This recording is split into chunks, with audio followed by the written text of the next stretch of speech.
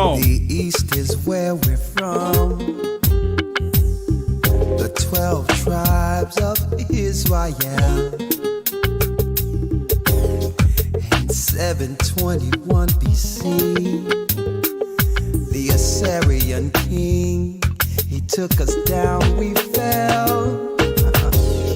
With a great escape we went through the Euphrates. The Lord held the water still. To a land where no mankind dwelt, we went. The 12 tribes of Israel. That's who we be, we be. Manasseh, the Cubans, Ephraim from Puerto Rico, and Valley from the Isles of Hawaii. The Lord is calling back Israel. Zebulon from Panama, Gad, the North American Indians, Simeon, the Dominicans. Our highest gathering Israel. The Arabs and Africans told us at gunpoint. Together our wives and children then sold us. In the belly of these great ships we traveled in fear. By the rivers of Babylon we found our brothers here. A high gatherer Asher in Colombia, Reuben from Australia, Issachar, the Mexicans. Our highest gathering Israel. Judah, the Negroes, Benjamin, the West Indians, Levi, the Haitians. Our highest gathering Israel. Do us a favor, brother. Hit brothers and sisters, hit the like button as you come in, please.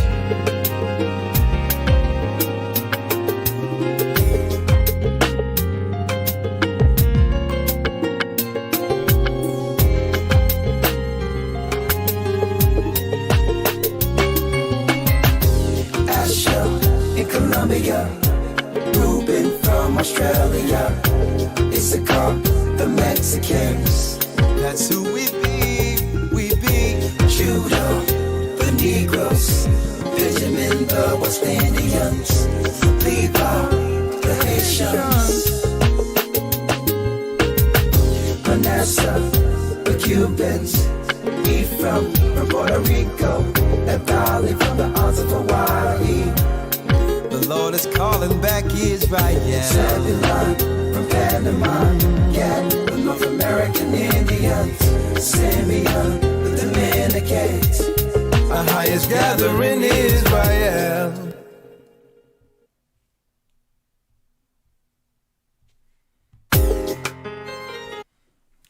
That's right, brothers and sisters. The Most High's gather in Israel. I'm Elder Rikar Shiar with the elders on standby. I would like to say all praises be first and foremost to Ahaya Bahashim Yeshaya Warawak, the God of Israel, the God of truth, yes, and the God of this Bible. I would like to give all praises to him first and foremost. And yes, let's jump right in. Do us a favor, brothers and sisters, as we go forward. Just make sure you hit the like button. You're doing a great job as you come in. We're going to jump right in it. You see the title. This is going to be one of our most important broadcasts or blogs to date. The social lynching of Judah is the topic. The social lynching of Judah. Now, in case somebody out there who may fall on this particular video and doesn't know who is Judah, don't worry about it. You'll understand it before the broadcast is done. Judah is the fourth son of Jacob in the Bible. And we so happen to be, that's right, you got it, the children of Judah. Particularly the Negroes who ran into Africa and came over here to serve according to ancient prophetic history. Okay, to serve the Gentiles in a land where never a new land where never mankind dwelt, the new world. It was prophesied, that Judah would serve in a land. And I'm going to talk about it today, but I want to go right into it. In particular, some people may call them African Americans in America or black people. Okay, we've taken on many titles. Negro, we graduated from being called the N-word, Niger in Southern slang, using the Southern slang, Niger or nigger. We graduated from that to Negro, from Negro to colored, from colored to I'm black and I'm proud, from I'm black and I'm proud to African American. All the way back now to the original word that had that old Southern slang. Only to celebrate it as a part of our culture, being called nigger. The social lynching of Judah. Brothers and sisters, it all comes together concerning what's going on socially and otherwise with the earth. With the earth, that's right, the whole earth geopolitically, with Judah, the black man within the crosshairs. Now, when I speak of this and when I talk about this today, keep in mind, in order for them to get to where they are right now, to outright, destroying and defaming, demeaning, and killing black people, black men in particular, right? They have to first destroy the image of masculinity altogether, regardless of race. So they would have to do what? That's right. Have an outright attack on what masculinity is. It doesn't matter a white man, Chinese man, Arab man, or even a black man. They must destroy the image or the thought of masculinity first. Okay? Now we're going to be going into this. We're going to talk about it today. Now, before I go into this, I don't think it's a coincidence that out of nowhere, Santi and the brother from Texas, I'm going to give you his name later, he worked on a video, Jacob's Crying. Out of nowhere, I got a great surprise last night. Opened up my computer and Jacob Crying, the song, came on. And man, I'll tell you one thing. It did something. When I seen that song put into a pictorial montage to express exactly the spirit that went into, that's right, creating Jacob's Crying. I heard it today and I seen it last night. I looked at it and I was like, yeah, but I took another look at Jacob's Crying today. And I'm like, oh my goodness. I haven't been hit like that in a long time. The reality of what's going on with our people. And it actually led to this particular broadcast, the social lynching of Judah. So before I go into, brothers and sisters, our broadcast, I'm going to premiere that right now. Let all of you see it. And at any time you want, you can always go to A Gathering 144, share it, and let your family see this video.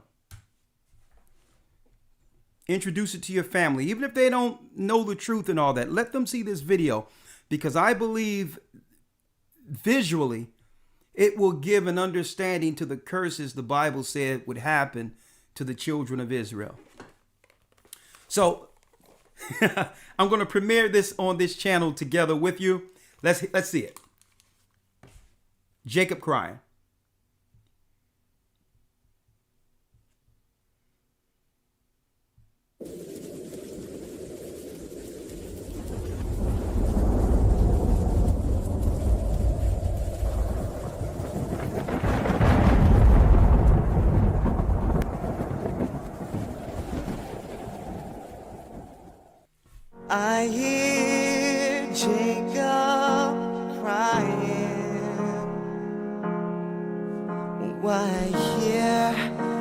can hear him crying.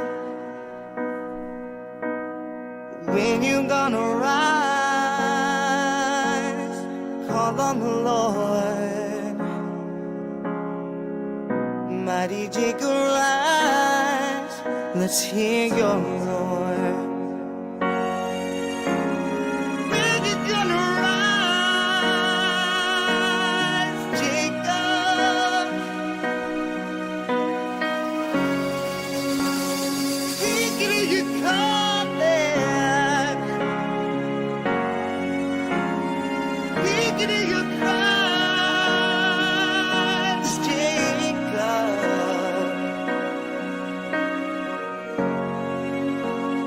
Thinking you falling. I feel Jacob rising. Can you see? I can see him rising. Jacob, dry your eyes and call on the Lord. Mighty Jacob, rise to be restored. Troubles are brewing, Jacob. You need to stop what you're doing. Oh, Jacob. You know the promise is waiting. Oh, Jacob. You need to call on the Lord. So I can hear your Jacob crying. I can hear you crying. I can hear.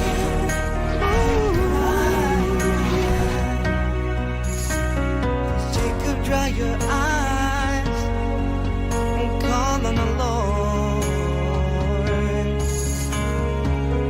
Mighty Jacob, rise, and you will be restored.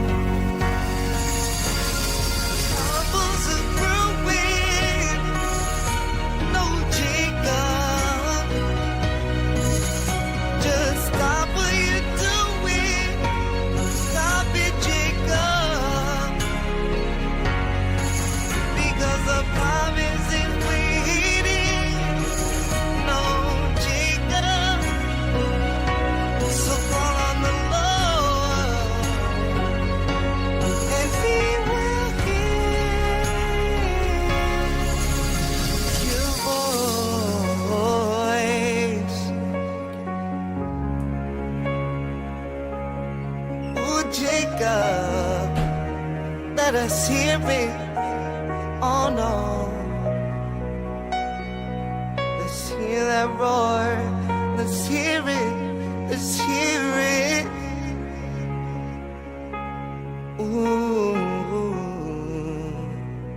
Jacob, come and call on the Lord.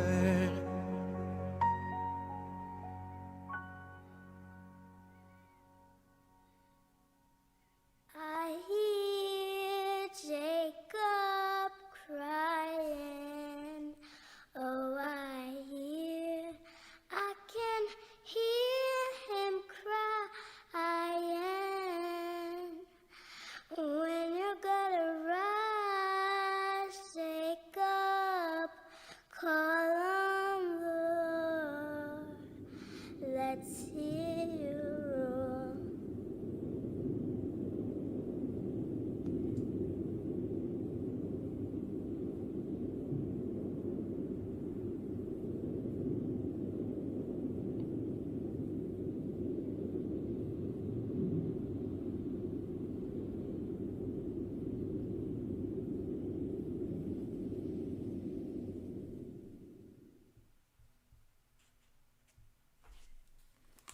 Man, Lord have mercy.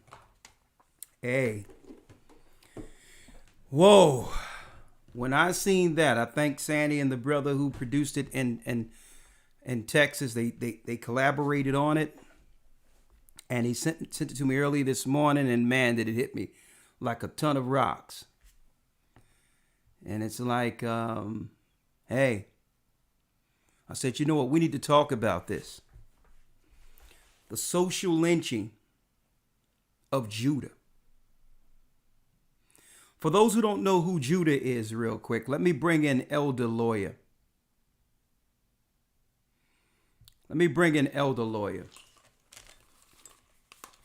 Elder Lawyer.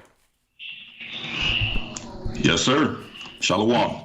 Shalom. I don't know if you've seen the video before I just showed it. You seen it last night or no? The first time you seen it? This is my first time seeing it as you played it. Oh, you didn't know. I mean, I go back to, it was Sister Vera who started off with, she had the tune, I Hear Jacob Crying. And, you know, she had, I hear Jacob crying. I can hear him crying. And she said that. She says, I'm telling you. And I'm like, you know what? I'm like, yeah, I can do that. And she kept saying that over and over again while we were overseas. And her son, Shane. I said, Shane, we're going to write this song and you can sing it.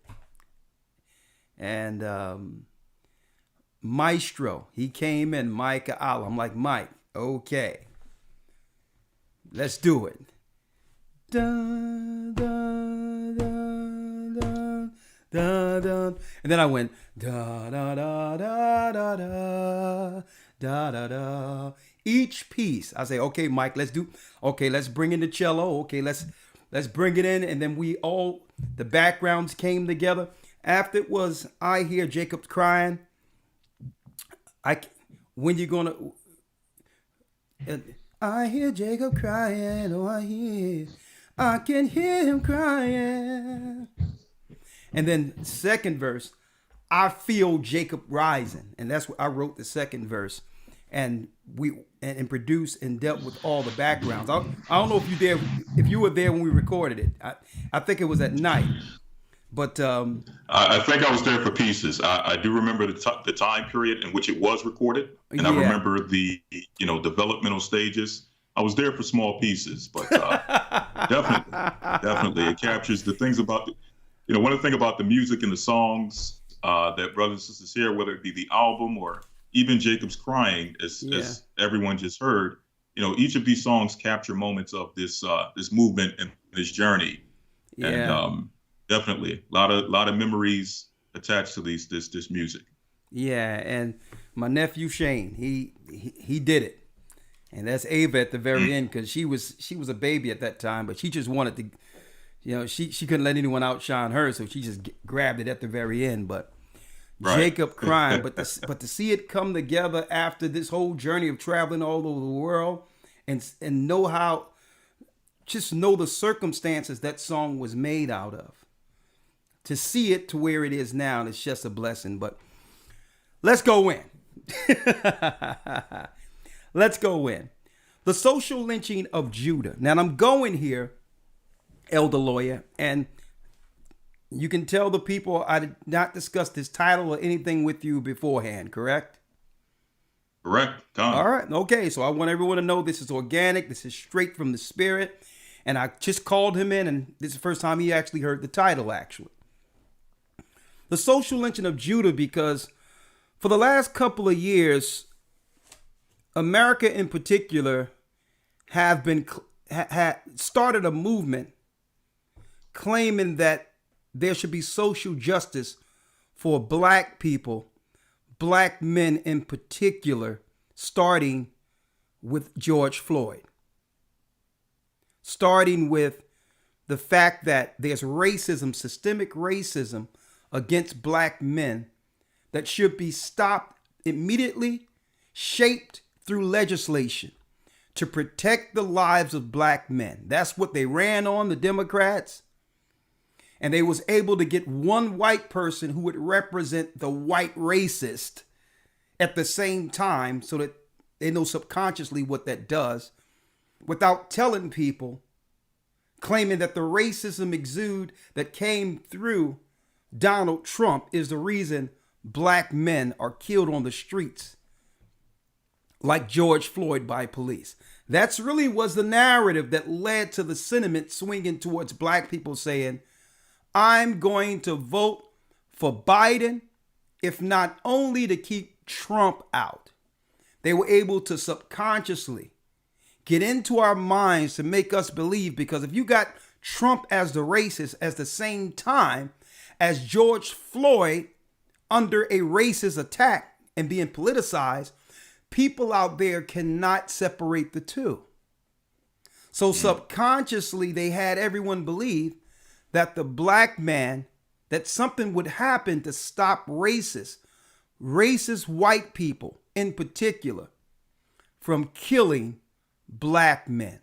But really, Elder Lawyer, when I examined it, and I was dealing with this all day, Lawyer, they set the stage to kill off thousands upon thousands of George Floyd's. Black men. That whole thing was a setup to destroy black men. And I'm going to prove it today. Another thing I wanted to point out. There's those of us out there within our race that actually hate men. And I'm going to frame this. I'm going to show you. I'm going to prove everything I'm saying right now. There's a segment of our population within our own race that hate men. All men. It doesn't matter the color.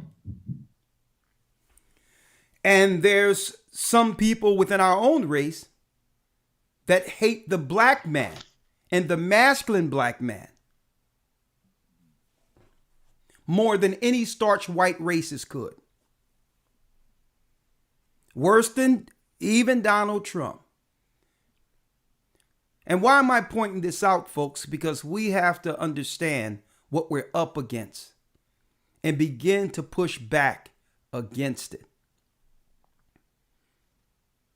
I'm going to tell you, I'm going to talk about that today.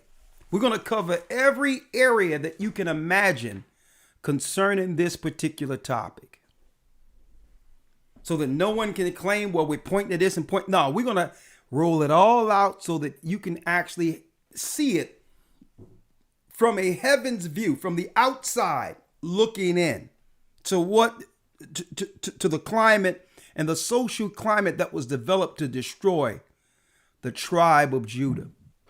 Elder Lawyer, now, for those who don't know who is Judah, let's go to Genesis 49 real quick.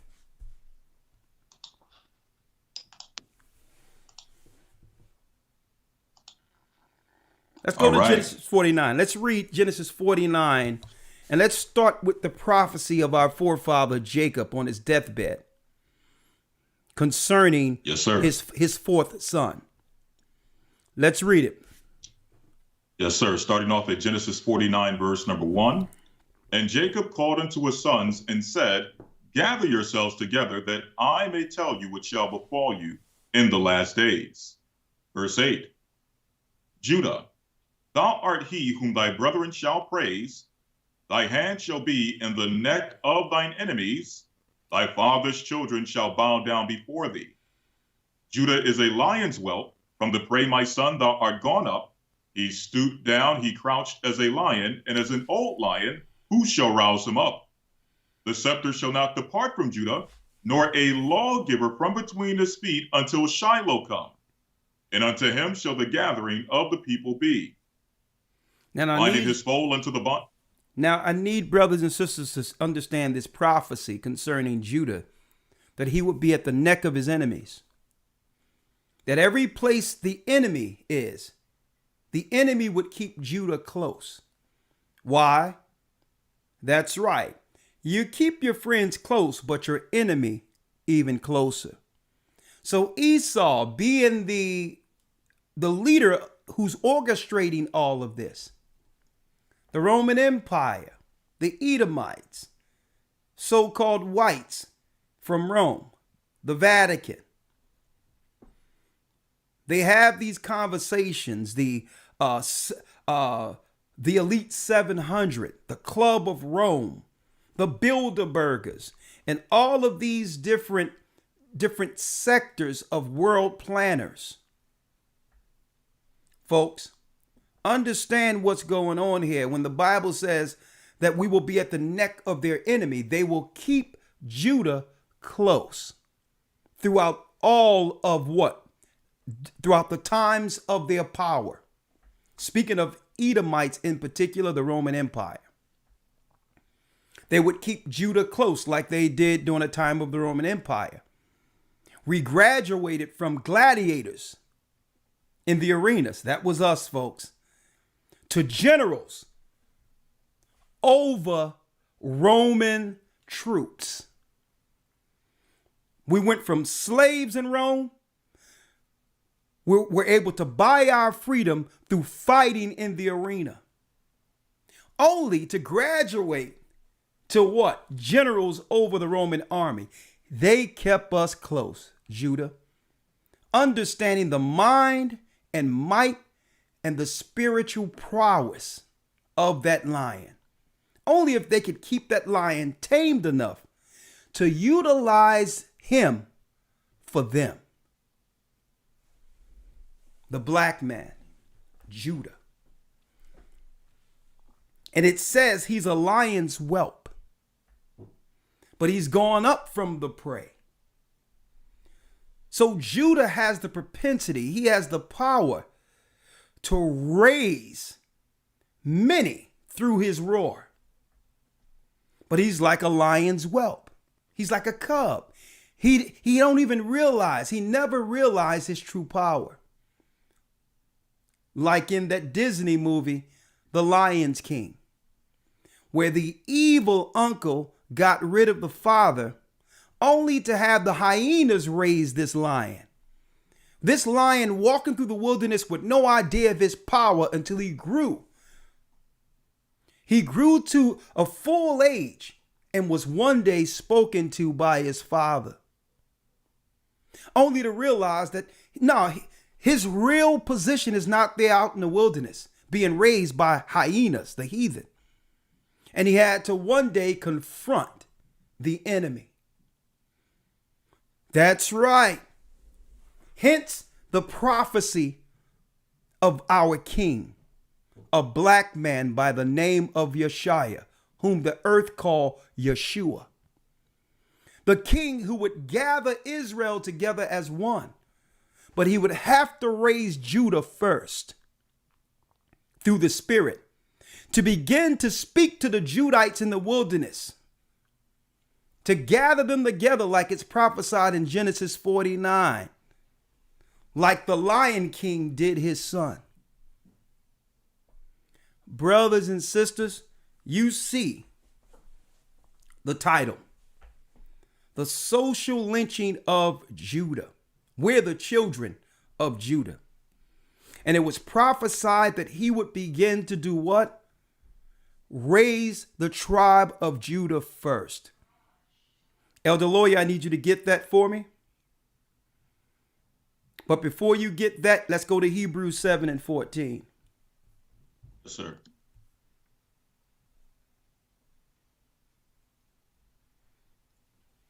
Hebrews 7, verse number 14. Come on. For it is evident that our Lord sprang out of Judah. Sprang out of what? Out of Judah. Out of Judah, the tribe of Judah. We are not Negro. We are not nigger. We are not Niger. We are not African Americans. We're Judah. No other people fit this prophecy. We're the tribe of Judah. The power of Christ's government, that's right, pumps through our bloodstreams. It pumps through our veins. His government pumps through our people. This is why the Most High have made us trendsetters throughout the earth, but we've used our power for evil. And now the enemy have been watching us very close at the neck of the enemy and realize that it doesn't matter how much pacifying they do to Judah. Judah is resisting. So they needed to first make an attack against masculinity so that they can have a full board, a full attack.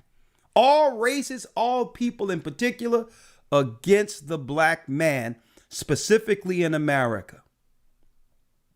And this whole George Floyd thing was to take away that steam, that power, that conversations we were having, so that the enemy can now strip us of organically coming together in the spirit so that they can have the narrative on how to protect or save the black man.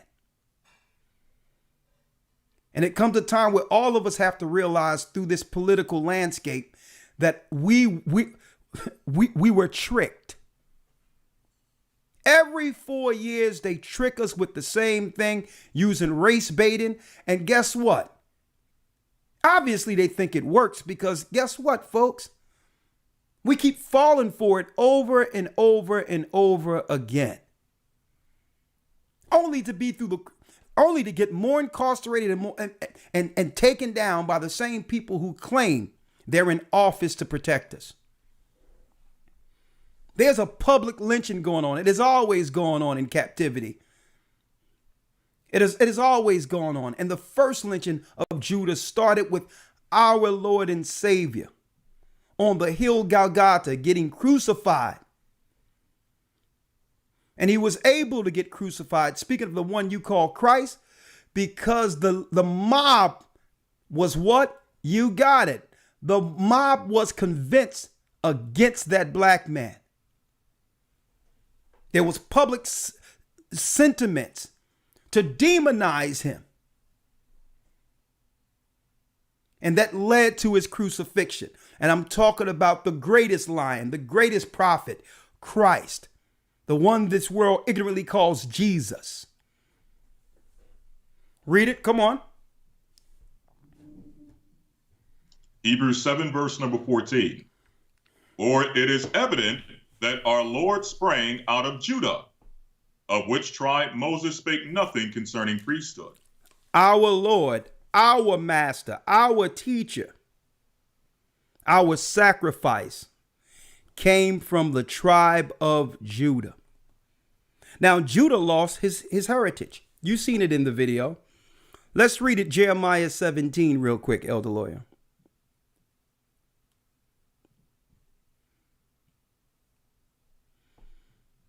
For disobedience, for sinning against the laws within the Bible, within the Torah.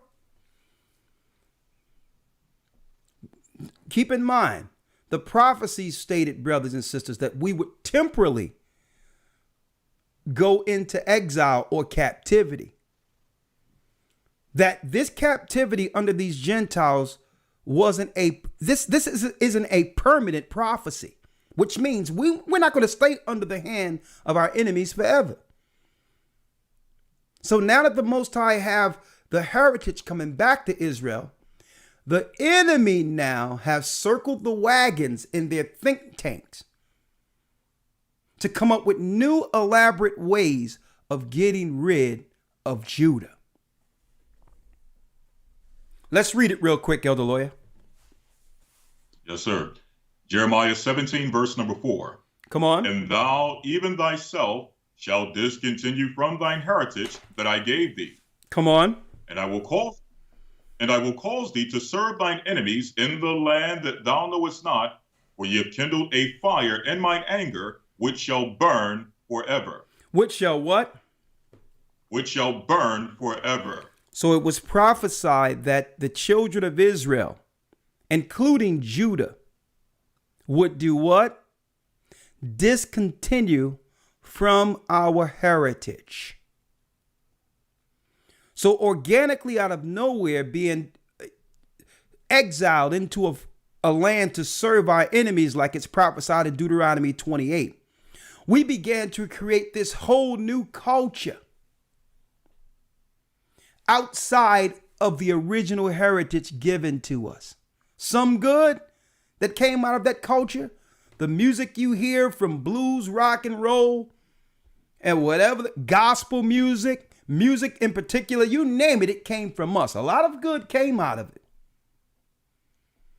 Organically, without that spirit, without the knowledge of who we were, still excelled in a land without our heritage, without knowing our true God. Now, what happens when these people come back to the heritage and understand our true purpose? That in of itself makes what? That's right. Those who understand their heritage an enemy of the empires. Okay? I'm going to break this down to you folks today. Now, the Bible says that because other tribes are more family oriented, that they're not as destroyed as the black man in America. They're not. Because what Esau did in particular with Judah at the neck being so close to him, he pacified enough of us to keep the rest in order. Okay? Systematic control and destroyed systematically us socially through programs.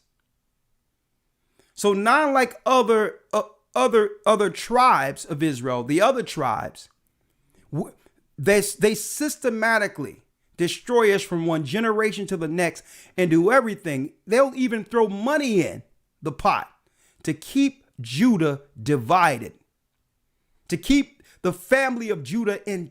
They would do anything to stop the family of Judah from staying intact. It's systematic, and they're throwing money at that. Not money for reparations that would help our families. The only money they'll give us is to do what? To keep the status quo or destroy the family of Judah. Let's read it real quick, Elder Lawyer. Yes, sir. This is Zechariah chapter 12, verse number 7. Zechariah 12 and 7, for those who don't know who Judah is. Let's read it. The Lord also shall save the tents of Judah first, that the glory of the house of David and the glory of the inhabitants of Jerusalem do not magnify themselves against Judah. And that's why the Most High put the truth in the mouth of Judah first, to give us some level of power to begin to bring the whole nation together under Christ. Because if we didn't have that power to speak and unify our brethren, they would come together and magnify themselves against us. Why? Because there's still some similitude amongst the other tribes of family and unity. And by default, they would take us. But he gave us that roar. He gave us that power. He gave us that voice. The power of Judah that can move us together as what? As a family instead of individuals. And every time Judah stood up, it did exactly what the prophecy said it would do. That's right. Judah's voice would shake the earth. You name it. It doesn't matter whether or not it was Marcus Garvey, Malcolm X, Martin Luther King, and even till this day, some of the greatest voices using what? The Bible. The Israelites. Judah has did what? Yeah, Judah is doing it. Judah is bringing forth the understanding of who the 12 tribes are throughout the four corners of the earth. And guess what? Judah isn't doing it alone. He's doing it with help from the heavens. And if not for this, there will be no truth in the earth. So now that the enemy can no longer conceal the truth, I don't have to talk about who the other people are or who they aren't. I don't have to. I can just show forth the prophecies concerning our people.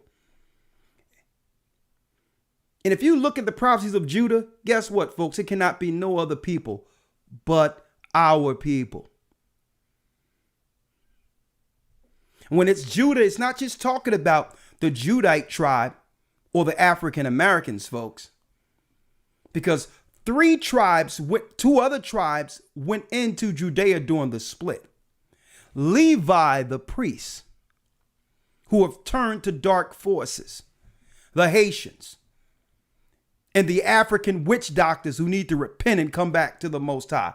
These were the ancient priests of Levi, who are a part of the Judea society. Benjamin, the warriors of Africa who've been docile and paid off. Paid off. On top of that, been divided politically into military groups against their own people. The West Indians, our brothers and sisters in Barbados and different parts of the West Indies and different parts of the West Indies. They were the warriors of Judea.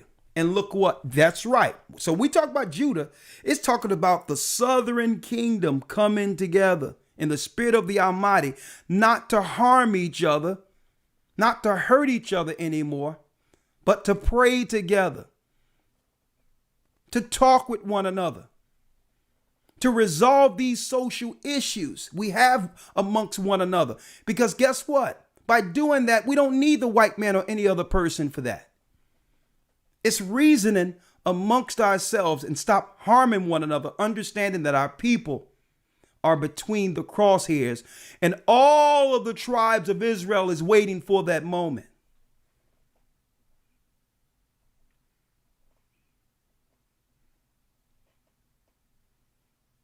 They're waiting for that moment where we begin to talk to each other and realize it's not about blaming the white man who can.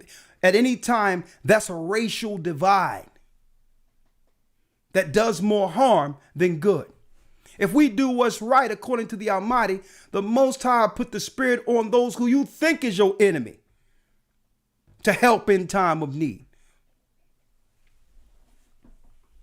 So we're going to talk about it, Elder Lawyer. I need you to hold tight because there's a few things I want to break down.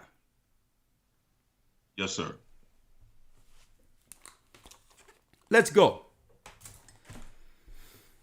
Let's go now. Check 1, 2. Yeah, this is good. Let me show you something, folks.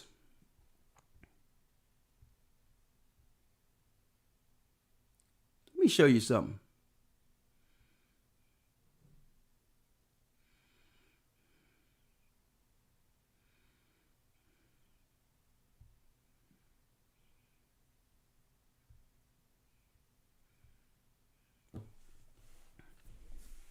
George Floyd, folks. May 25th, 2020, he was killed by a cop. Every 4 years, they'll pull out a cop story for a racial divide so that blacks will, through fear, run to the polls and support a party that have been totally destroying our people. Folks, I need y'all to look at the hashtag I can't breathe. And understand the irony of this particular hashtag that was created by them, by the machine. Had everyone out there believing that they cared about black men, Judites in America. I can't breathe. Brothers and sisters, I need you all to check out the irony of that, as if this particular hashtag is prophetic in of itself. Who would have known that we would be sitting here at the end of 2021, where black men everywhere is popping up, going into the hospital saying that they can't breathe? Not just black men, black women, and every other race of people. Obviously, there's some prophecy going on here, because this was before we really understood the impact of what would become the plague.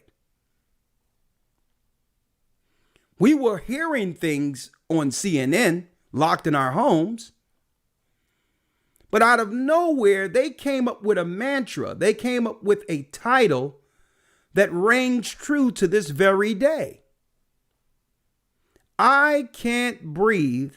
And they put that right next to, you got it, an artist's rendition of George Floyd. Now, could be a coincidence. I don't know. I don't know. But what I want to bring out now is that at the same time, there were black men, because don't forget, folks,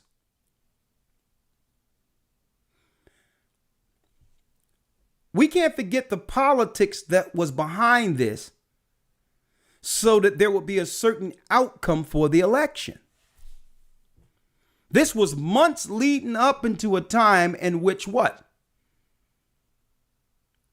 The election for the president of the United States would happen.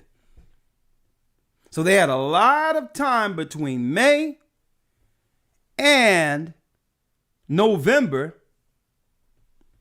to move our people, not having Barack Obama anymore, against the white racist.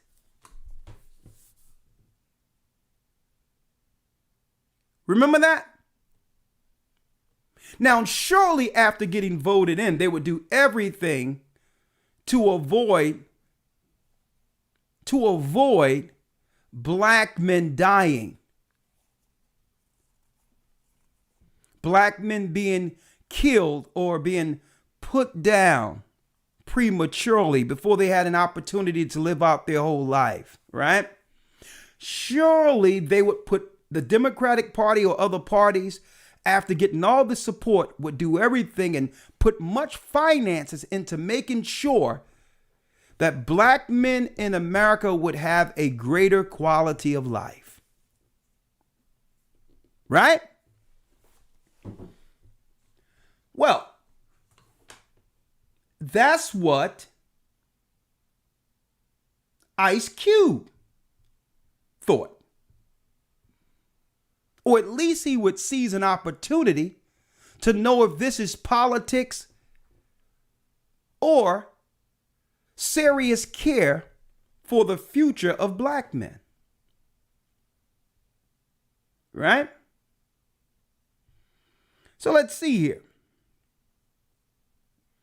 Let's get rid of this. And let's go to CNN. October 16th. We were able to go through the whole summer into the fall on this George Floyd thing. At the same time, folks, they were telling people, well, hold up, we don't know what's going on out there. We need to slow the businesses down and whatever the case is. This was the time where they began to let us back out of our homes. The only people who can come out of their homes and didn't have the threat of a cold or some type of disease or plague were those who were protesting. But Ice Cube said, well, since y'all care about black men like George Floyd, since y'all care about a black men and care that we breathe, let me come up with a plan that will have you people in office who need our people's vote, to have you people put your money where your mouth is. I'm going to come up with a plan, being a black man, that will have you put your money where your mouth is. Because what? Living in a capitalistic society, you would write legislation to make sure black men would have a better quality of life, to avoid more George Floyd's dying in the future. So, this was the guy on CNN, Cuomo, Chris Cuomo, at the same time was telling people, was putting out there that you shouldn't even, out there that, listen, you may not be able to go see your own grandmother under the plague. Scaring people to the degree where they didn't even want to go see their own family who were suffering, who were scared, not realizing what this is. So we done went from George Floyd, I cannot breathe, to our people wearing masks and everyone fearful of a disease where the side effects, one of the first side effects are, that's right, a lack of breathing.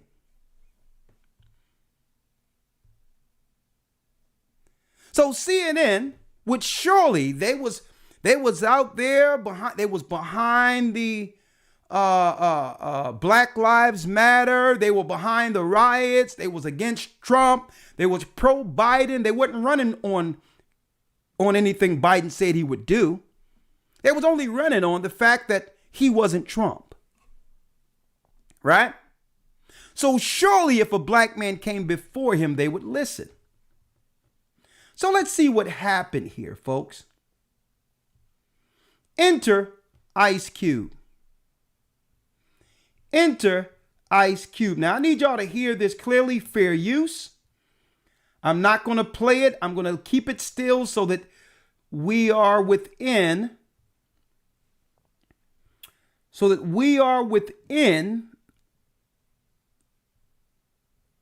the rules for YouTube guidelines.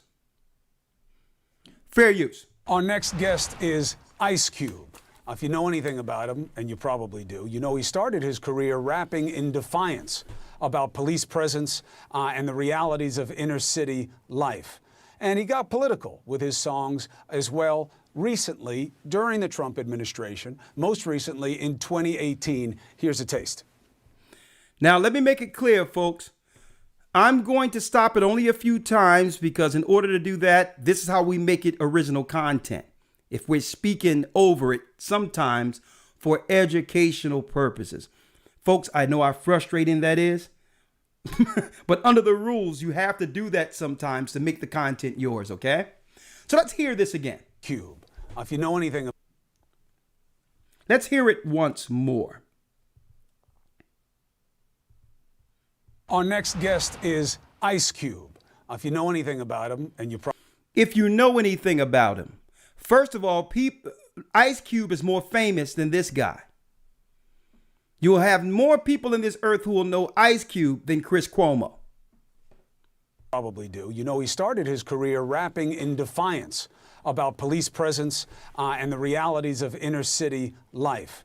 And he got political with his songs as well recently during the Trump administration, most recently in 2018. Here's a taste. Arrest the president. You got the evidence. That is Russian intelligence. Now we see a shift. Now he wants to work with President Trump. Here's what the president had to say most recently about Black Lives Matter. Now, first of all, Ice Cube is going to make it clear. He's going to clear it up. No one said that he was going to work with Donald Trump. A straight lie. But let's let a brother, a Judite, clear up his position at a time where Democrats, Black Lives Matter, CNN claim that they care for black men, black people, black women. Let's hear it. So here is Ice Cube on prime time. Thank you for taking the opportunity, brother. I appreciate it. Thanks for having me. Chris, your lead-ins are a little misleading. How so? Well, the Platinum Plan is not my plan. I came up with the contract with Black America, and I didn't run to go work with any campaign. Both campaigns contacted me. Both campaigns wanted to talk to me about the contract with Black America. One campaign said, we love what you have, but let's really dig into it after the election. And one campaign said, we love what you have.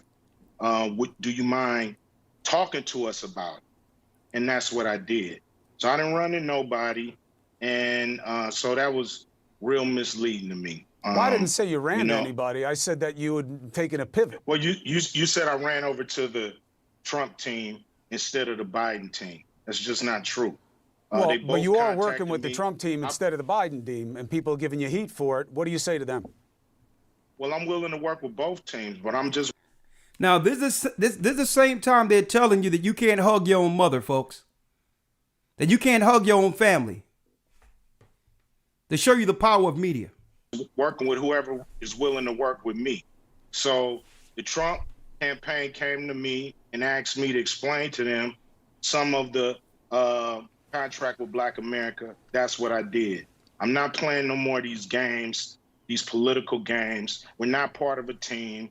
We have very broad problems, especially the wealth gap in this country when it comes to Black Americans. So I'm going to whoever's in power, and I'm going to speak to them about our problems specifically. I'm not going there talking about minorities. I'm not going there talking about people of color or diversity or none of that stuff. I'm going there for Black Americans, the ones who are the descendants of slaves. And that's what I'm going to talk to anybody who's in power with that.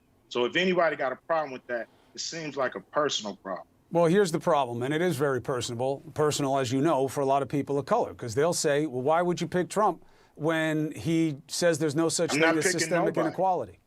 Say I'm again? not picking nobody. He's the president. But why do He's you the think president. he'd want to do something for the community when he says there's no such thing as systemic inequality?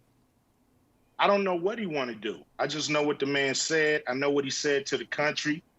I've never met Donald Trump. So I don't know what he's going to do. I just know what he said he was going to do. So both of them have a plan. Both of them say they're going to do something. And who knows what's really going to happen after November 3rd. Nobody knows from each side. We're all hoping that candidates keep their campaign promises. So that's just it. So let's look at it this way. I think that you're right to be skeptical. Let's start with the Democrats, because even though there is a traditional connection between black voters and the Democrats, you could also say you've been let down or forgotten by Democrats in a lot of... So even CNN realized and the stated fact there that we've been let down by the only party, by the party we have kept afloat.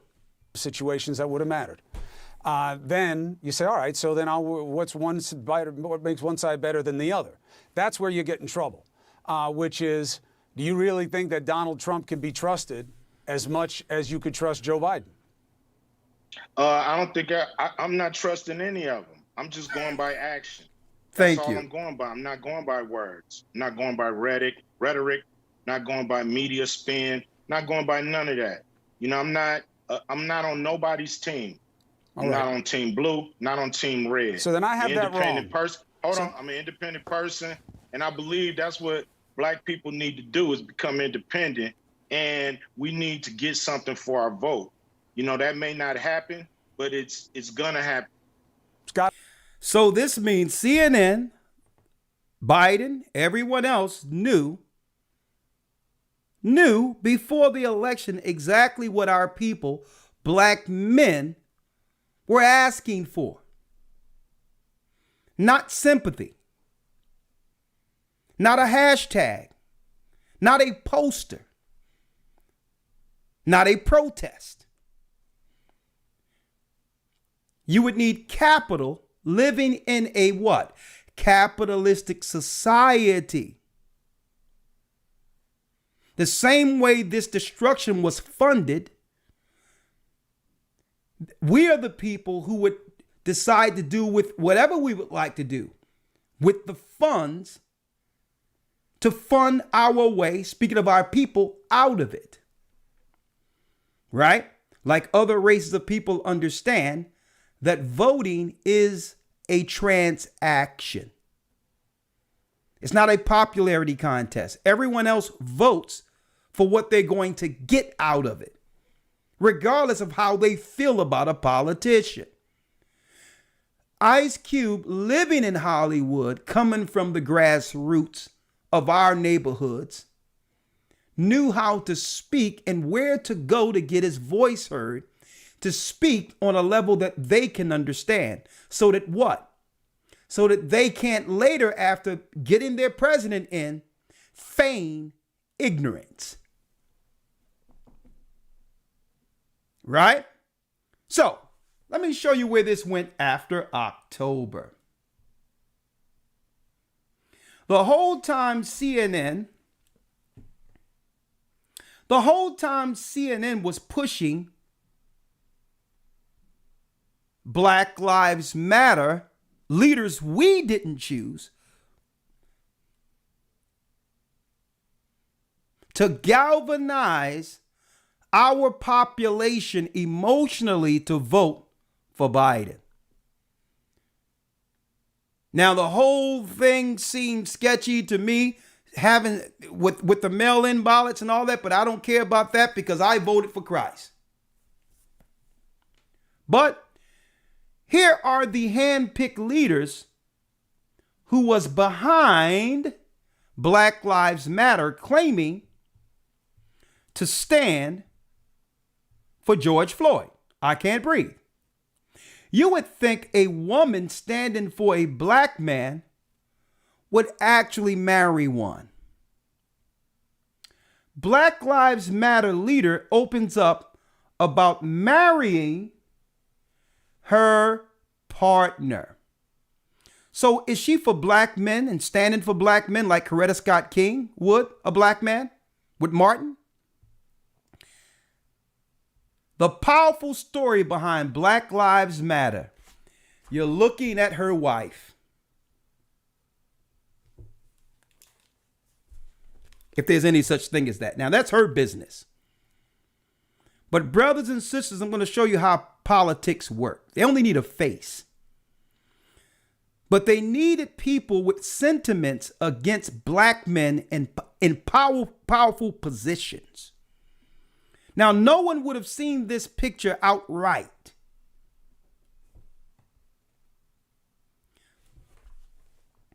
During the election. They showed you, brothers and sisters, and our sisters in particular, they dressed her up to look like you. But she don't represent George Floyd. The powerful story behind Black Lives Matter, if they're going to get a representative, it's going to be someone that stands against Judah. It doesn't matter her color.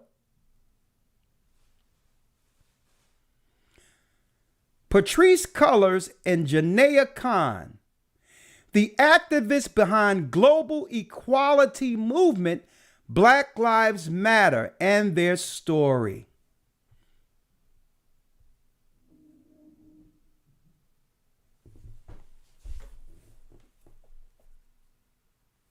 They got you again. Now, let's not stop there. Don Lemon was driving the whole campaign. Staying in your homes, your mama, she have to go get tested, you name it. Don Lemon was driving it. Don Lemon was driving also, folks. Don Lemon was also driving the pro-Democrat, anti-Republican sentiments, Black Lives Matter, George Floyd. Now, it so happened that, listen, I feel that a man should choose. Listen, whoever you want to be with is your choice. Okay? Because at the end of the day, whatever choices we make, each individual must meet the maker. And if you're doing something immoral, without repentance, judgment will come. But Don Lemon face was plastered all over CNN about caring for a black man. And yet he's, quote unquote, as he'd say, and if you want to call it that, he's married to a white one.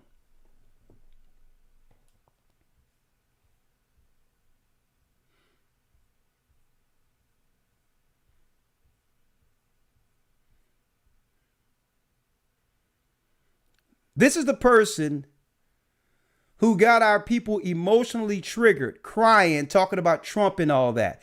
When really, this is what's going on, folks.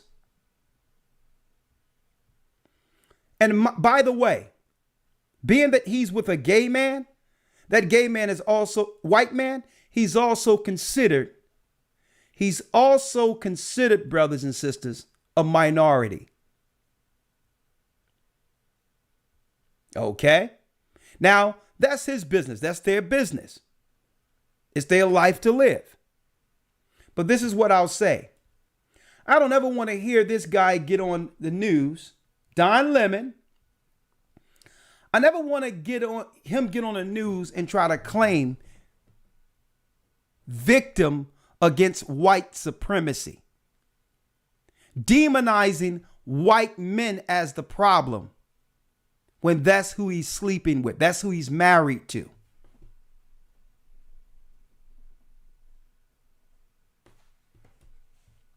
Now, we're talking about the social lynching of Judah. Folks, this cannot happen without people within our race getting utilized politically as taskmasters against us.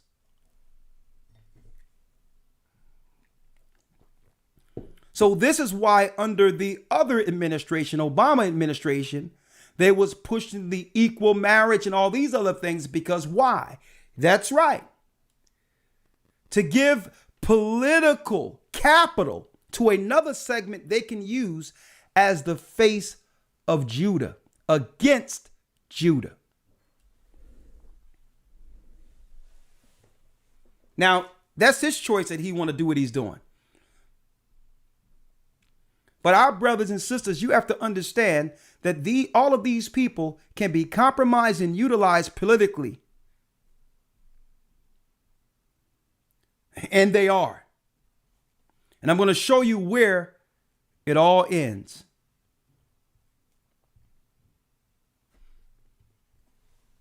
Folks,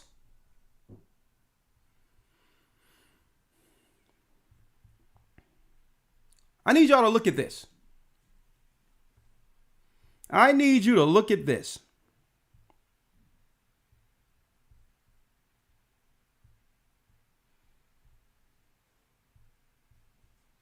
I need you all to look at this.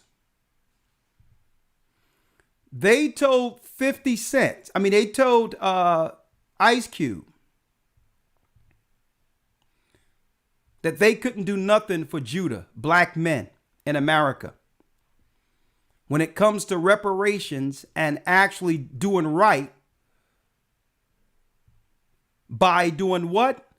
You got it. Indemnifying the descendants of slaves.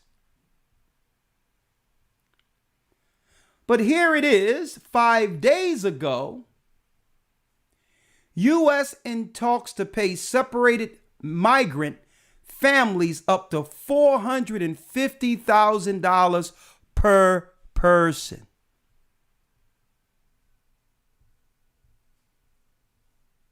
They don't have nothing for Ice Cube and his people, the people who built this.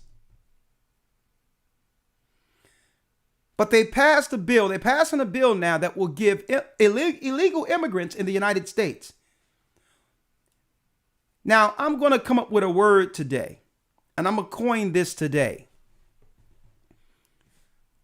Political mercenaries.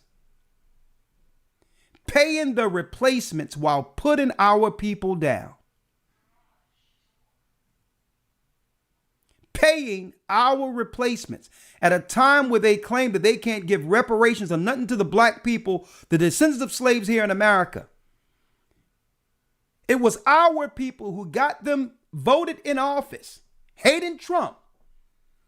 And to repay our people who did this, people who had nothing to do with the growth and power structure of this country, is getting more money than our people who are suffering in America. The exact amounts of money that migrants could receive under discussion, but one person with knowledge of the negotiations. They can't give Ice Cube anything now for his people, his plan. Said the payouts may come to $450,000 per person. And guess what, folks? You know what people who are over the administering a lot of this money? You know what people they're going to have over the nonprofit groups that's going to be administering all the money to our people replacements, to the people who's replacing us. They don't have nothing for you. U.S. House, Algeria, approved $6.3 billion for Afghan refugee settlement.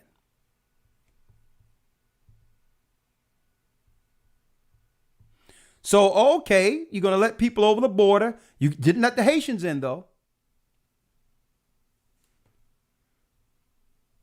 And now you got Afghans, $6.3 billion.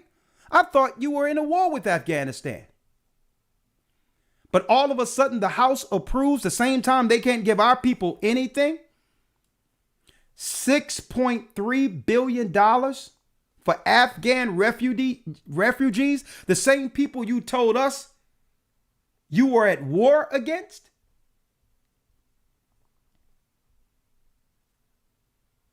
So I see where this is going.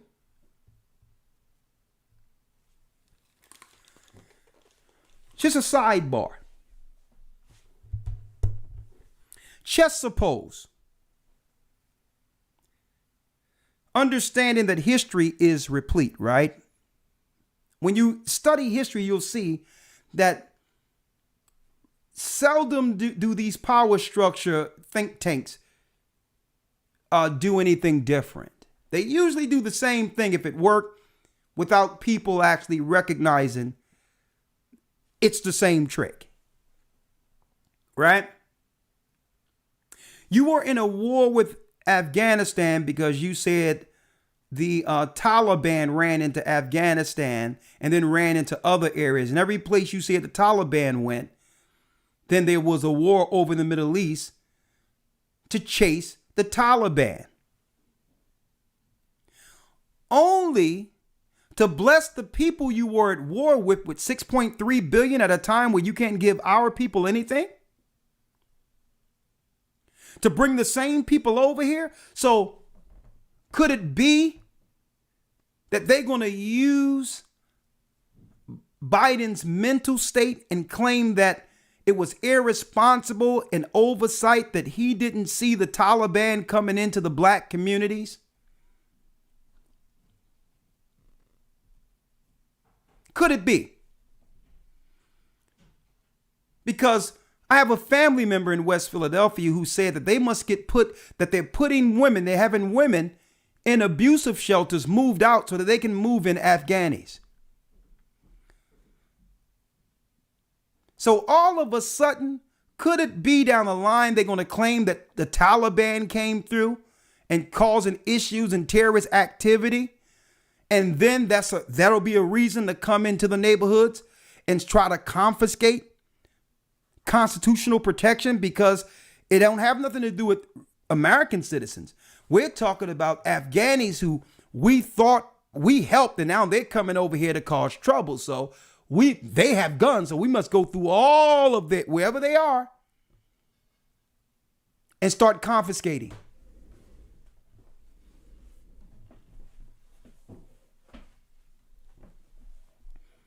Huh? So they can't pay us. They can't give our people anything. A matter of fact, I need y'all to see this. A matter of fact, instead of giving us what we asked for subsequent to voting Biden in,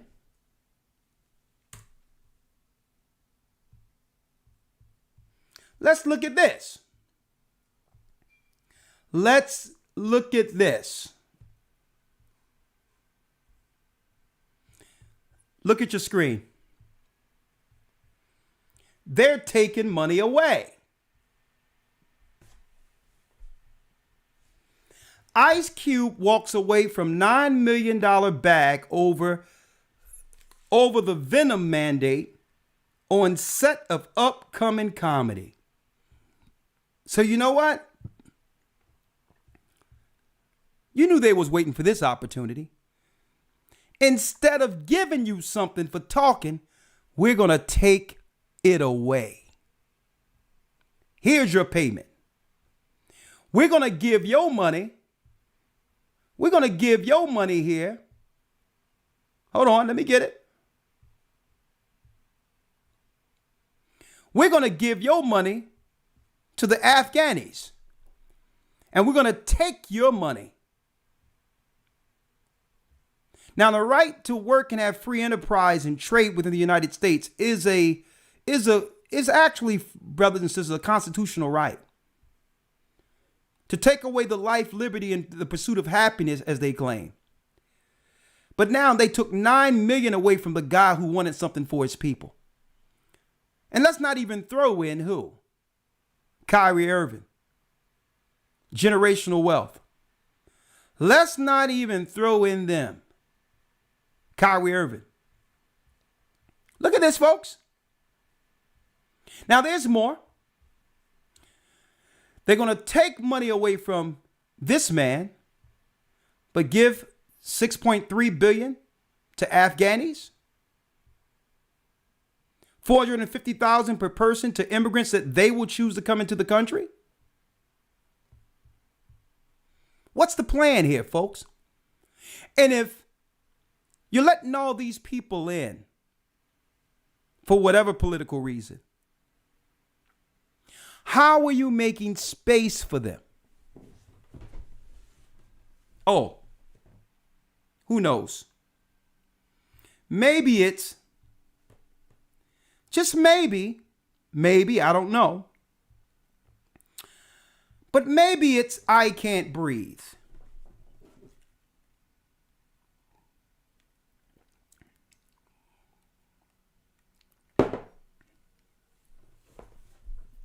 Just maybe. I don't know.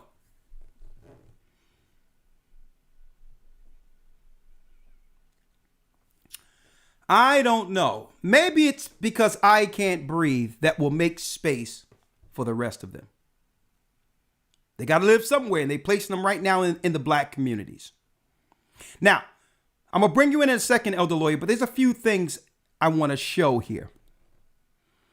A few more things I want to show that happened in the wake of all this. May the Lord rest his soul. DMX passed. Hank Aaron passed. Right? Mary Wilson passed. All in the wake of all this, brothers and sisters. Mary Wilson, a singer, an original member of the Supremes. She died she died here February 8th, 2021, a little after they began to roll out the stuff. We have Hank Aaron, may the Lord rest his soul. DMX, who spoke outright against the industry.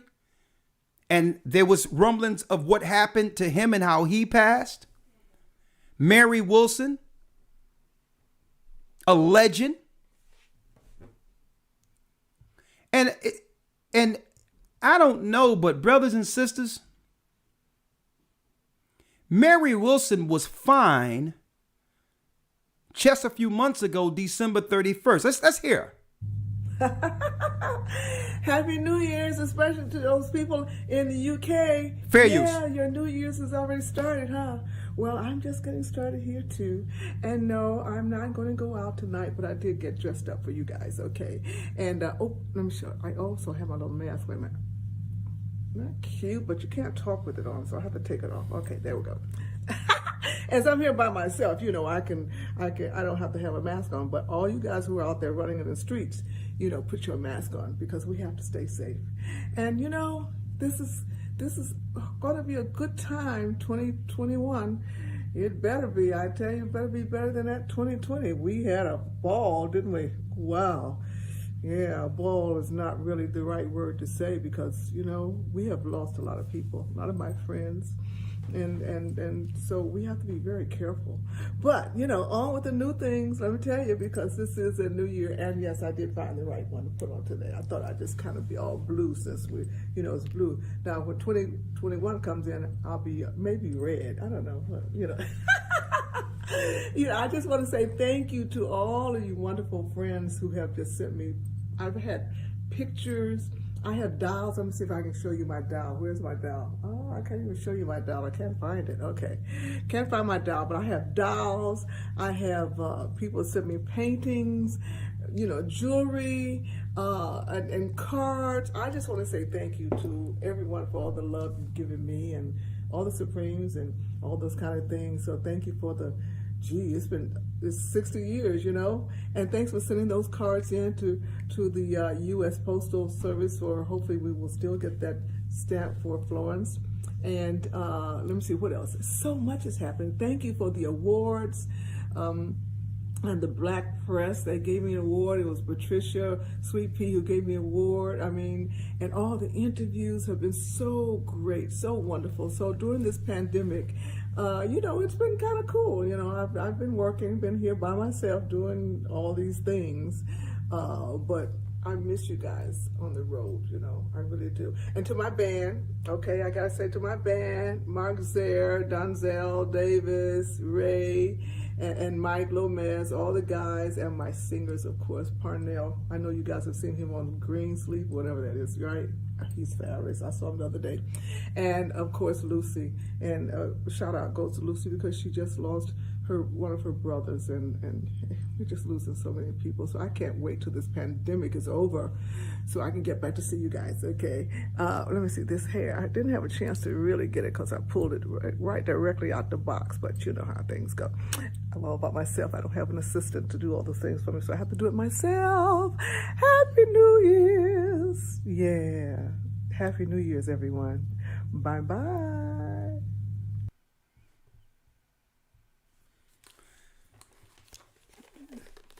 Did it seem like anything was wrong with Mary Wilson?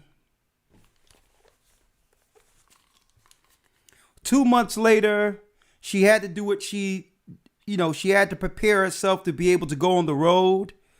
And there were requirements for her to go on the road. And whatever those requirements were, all I know at the end of these requirements, it says right here that she passed 2 months later, February 8th. Really a month later, January. She was vibrant, full of life, New Year's, turning into January 2021. And 1 month later, in preparation for trying to make sure her body was right to be able to travel, gone. May the Most High bless her soul.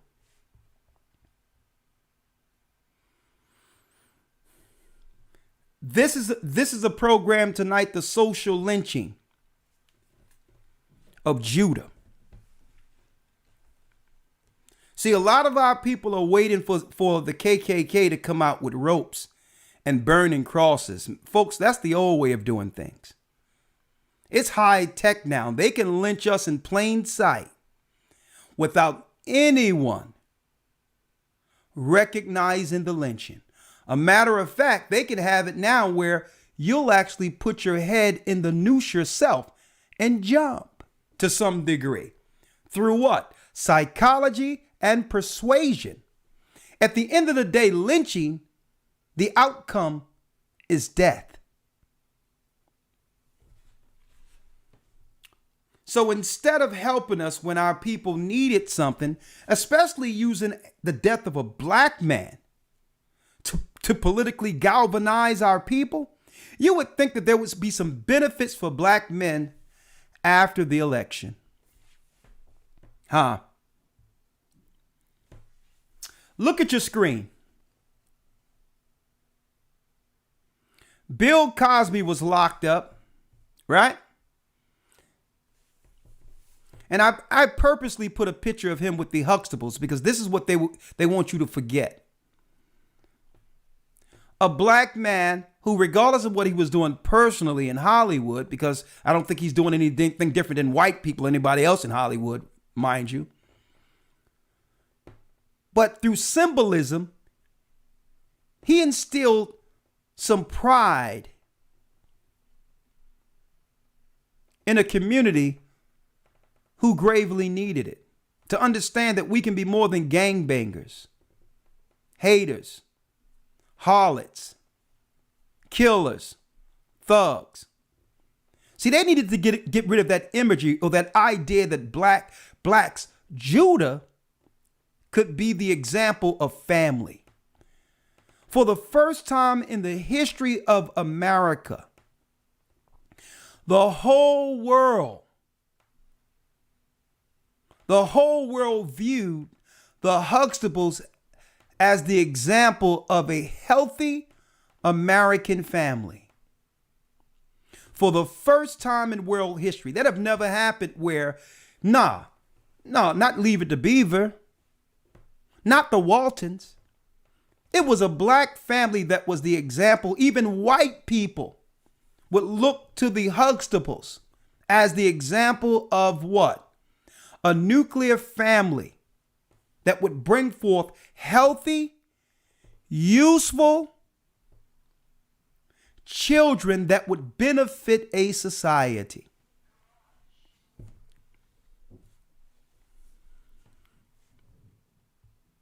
He finally got out because it was a public lynching with a bunch of bogus lies they used. They wanted to lynch Nick Cannon because he said that we were the Jews, and he was right. Right now, Ice Cube, he's between the proverbial noose right now for only asking for what was right for our people from a party who claimed they were for our people. Kyrie Irving. They're taking his livelihood away. They're taking his livelihood away, Kyrie Irving. And this man is known for helping our children in the inner city. R. Kelly. They put the same persuasion of people that are like Black Lives Matter. That's not a group of ours at all, just because they look like us. People who deal with intersexual activity is a different group than our people. And it's not because I said it. They claim to be a different group by not claiming who we are, but being recognized as a separate group based on sexual attraction. They have separated themselves from us. Okay? These people were put together and they put together a documentary called Surviving R. Kelly so that they can move the public sentiment against this man. Now, I don't know what they do privately, but I do know R. Kelly was asking for his royalties. At the same time, they begin to come against him. And you don't even have to give it to R. Kelly. All right, just say R. Kelly is guilty of everything you claim he is. The royalty and the generational wealth should be given to his children and publicized throughout the media that all of R. Kelly rights and finances will now be put in a trust for his children.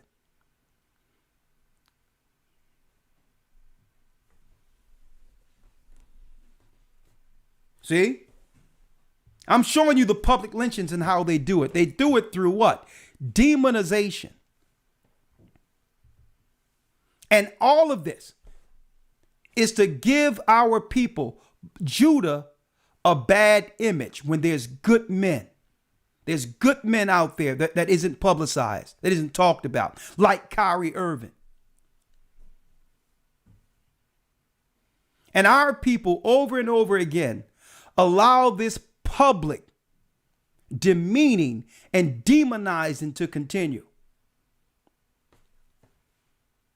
And now the new guy that they're trying to put between the noose, Dave Chappelle. Dave Chappelle is the new one.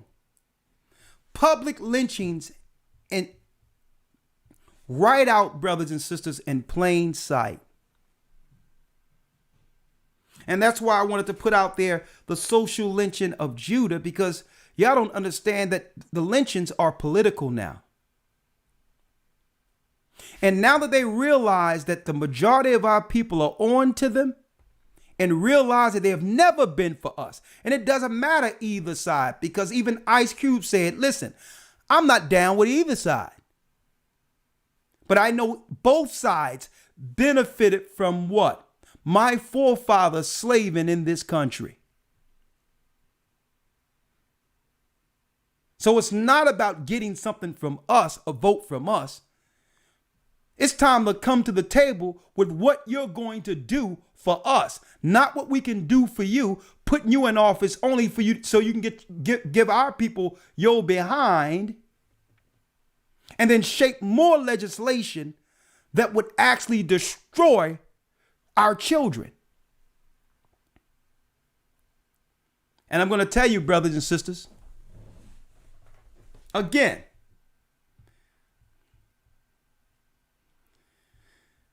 they'll claim it's nothing, there's nothing for us. But where did this money come from?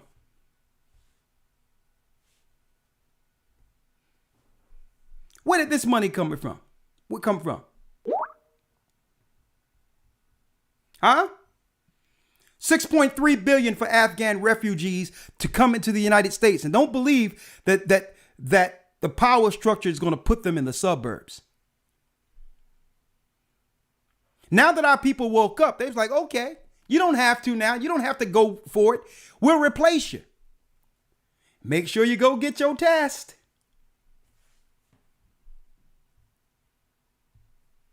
U.S. in talks to pay separated migrant families up to $450 per person. And you know what, folks? They could have kept all of this quiet. They could have just did it without telling you. They wanted us to see this. They want you to see what they're doing. And they're laughing all the way to the bank. They're laughing all the way to the bank.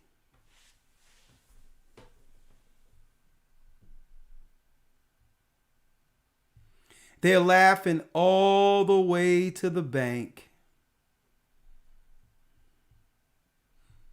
Black Lives Matter. Black Lives Matter.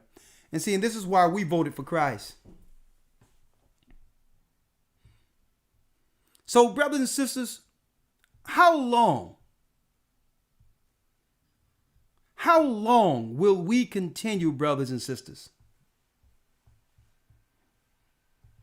to allow ourselves, our people, to be played? And when are people really, our people, gonna get behind black men? men all together, be it black or not? When are we going to stand for masculinity and destroy every other political attack that's been shaped socially against the rise of Judah?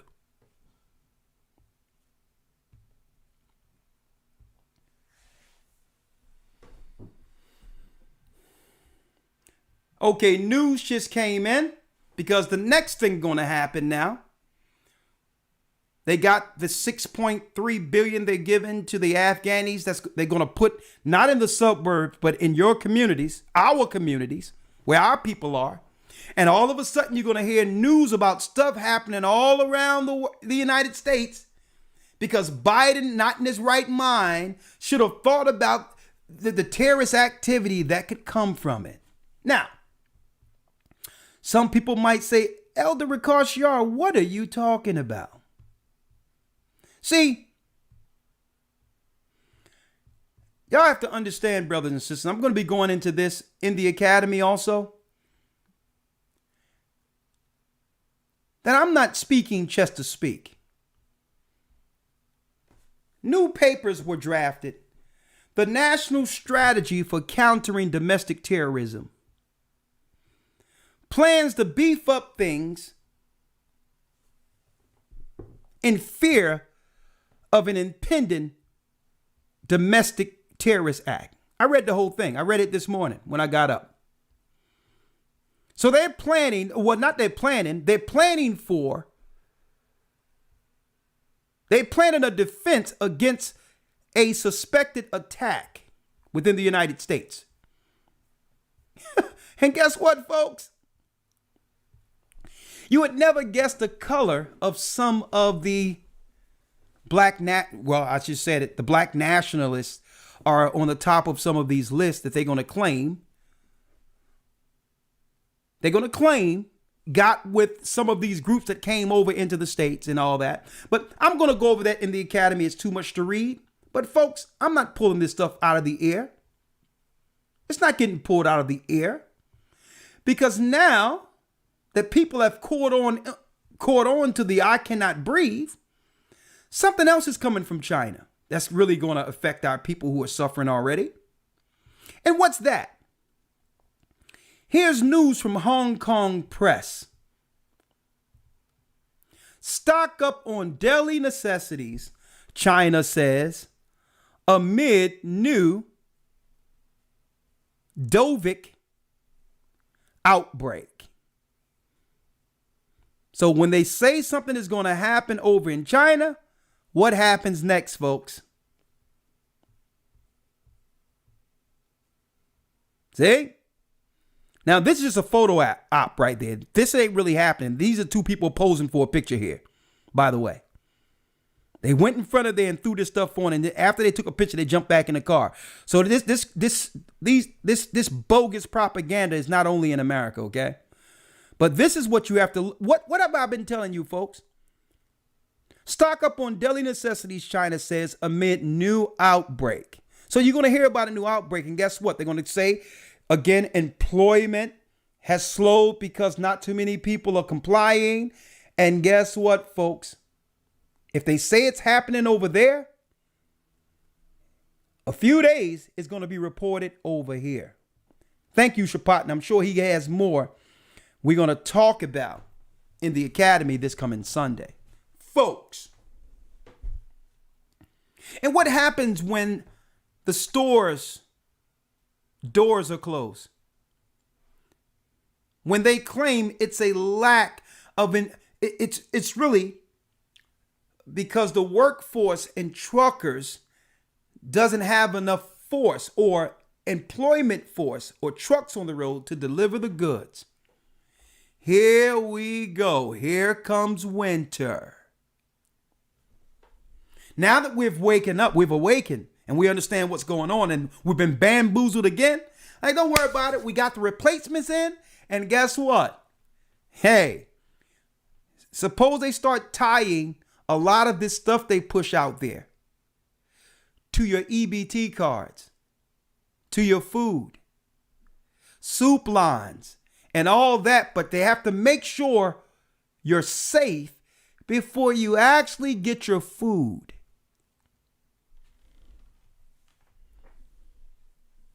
Black Lives Matter. This is what the social lynching of Judah looks like. Because at the end of the day, every other people in the earth have gotten the memo and prepared. See, a lot of you were talking about, well, what about the, like for instance, restaurants? They got the memo. Of course, there were stories about a lot of restaurants not being able to make it through the Dovic. But folks, they got the memo. The memo was, you know what? Don't worry about it. You're going to lose money on the front. We're going to give you PPP loans and allow you extra seating for your restaurant.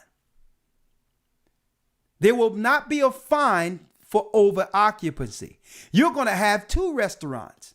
We're going to have it where your patrons can sit outside and you'll make more money than you've ever made before. So that was an inside agreement where if they could withstand the first wave, that they would make the money back and more on the back end. They got the memo.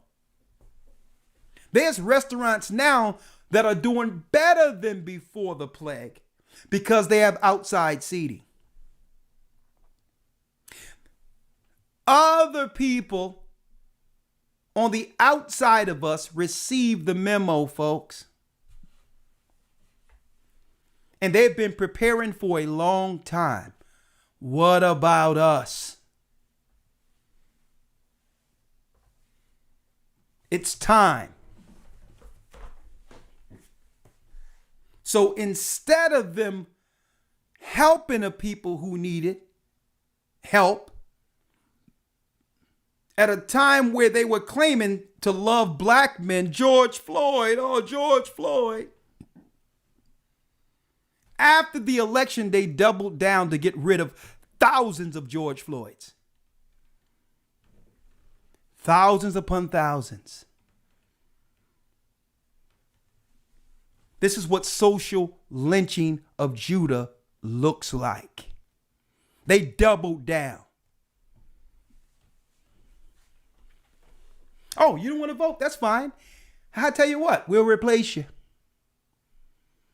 But this democracy will stand. That's what they think.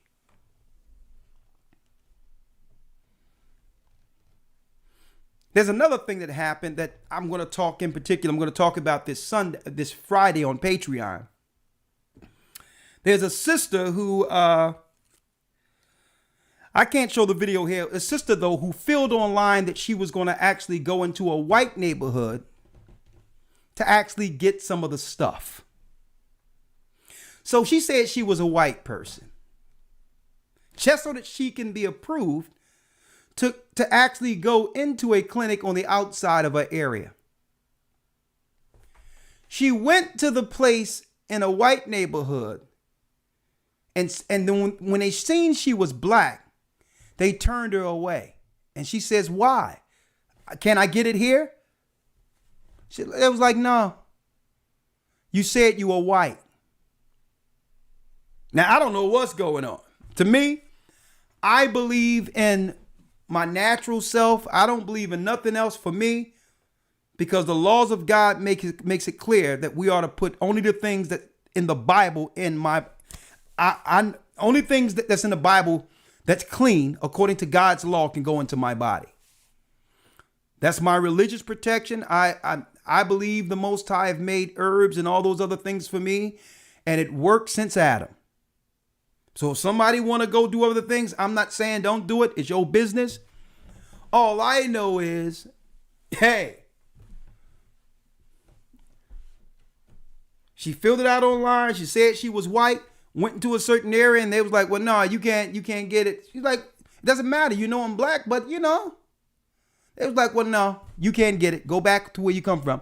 So I don't know. Is the bachelor's the same? Maybe. I don't know. But I'm going to tell you, all Israel is not of Israel. You got some black faces that are being used who are dealing with intersexual behavior and being used politically as the face of blacks to trigger the ignorant within our society.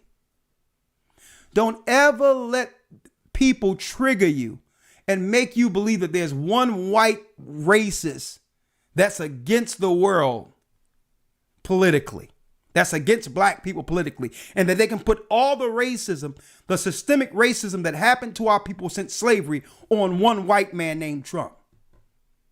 How stupid do they think you are? Well, then people, why are you dealing with Biden? Well, he ain't Trump. What's wrong with Trump? Not that I agree with him, but he was hanging out with Mike Tyson and Michael Jackson. He was cool with us, right? Well, no, he's a racist. What did he say that was racist? You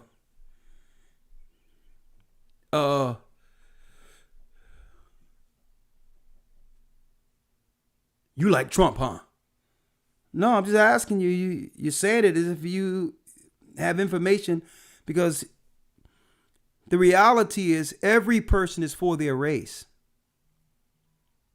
And every person have said things in private that would offend another race, speaking amongst their own. That'll make them racist.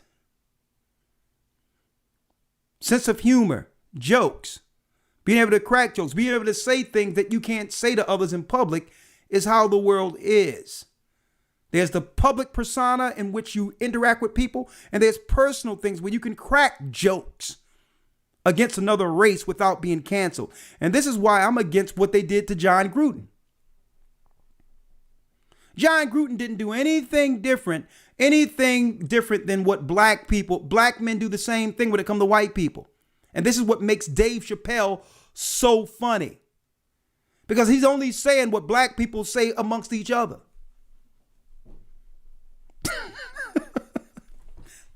A joke is not a joke if it isn't what? True. It's not funny unless there's some truth to it. So that's why I don't like what they did to John Gruden. Pulling out some emails from 10 years ago that was supposed to be private between him and someone else. Because that's setting a precedent that if they can do that 10 years ago and he could have probably had a different change of heart by now, what can they do to you? And that's what I'm examining. What can they do to you if they can pull out emails from 10 years ago? And I'm like, listen, so what he talked about black people, I don't care about that. I expect I expect to see something, what? Offensive if I'm reading a private email that I wasn't supposed to see. I expect to look at that and say, well, okay, I crack jokes about white people. What's wrong with people anymore? They're going to fire that man because of 10-year emails, 10 years ago. But it's not about John Gruden. He's going to be fine. Usually they use a face of themselves first before they put something on the books that will be aimed towards destroying Judah now. I say give John Gruden back his job. He didn't offend me. It was a private email that no one else was supposed to see anyway. And what they need to do is put the person in jail who's going through people's private email.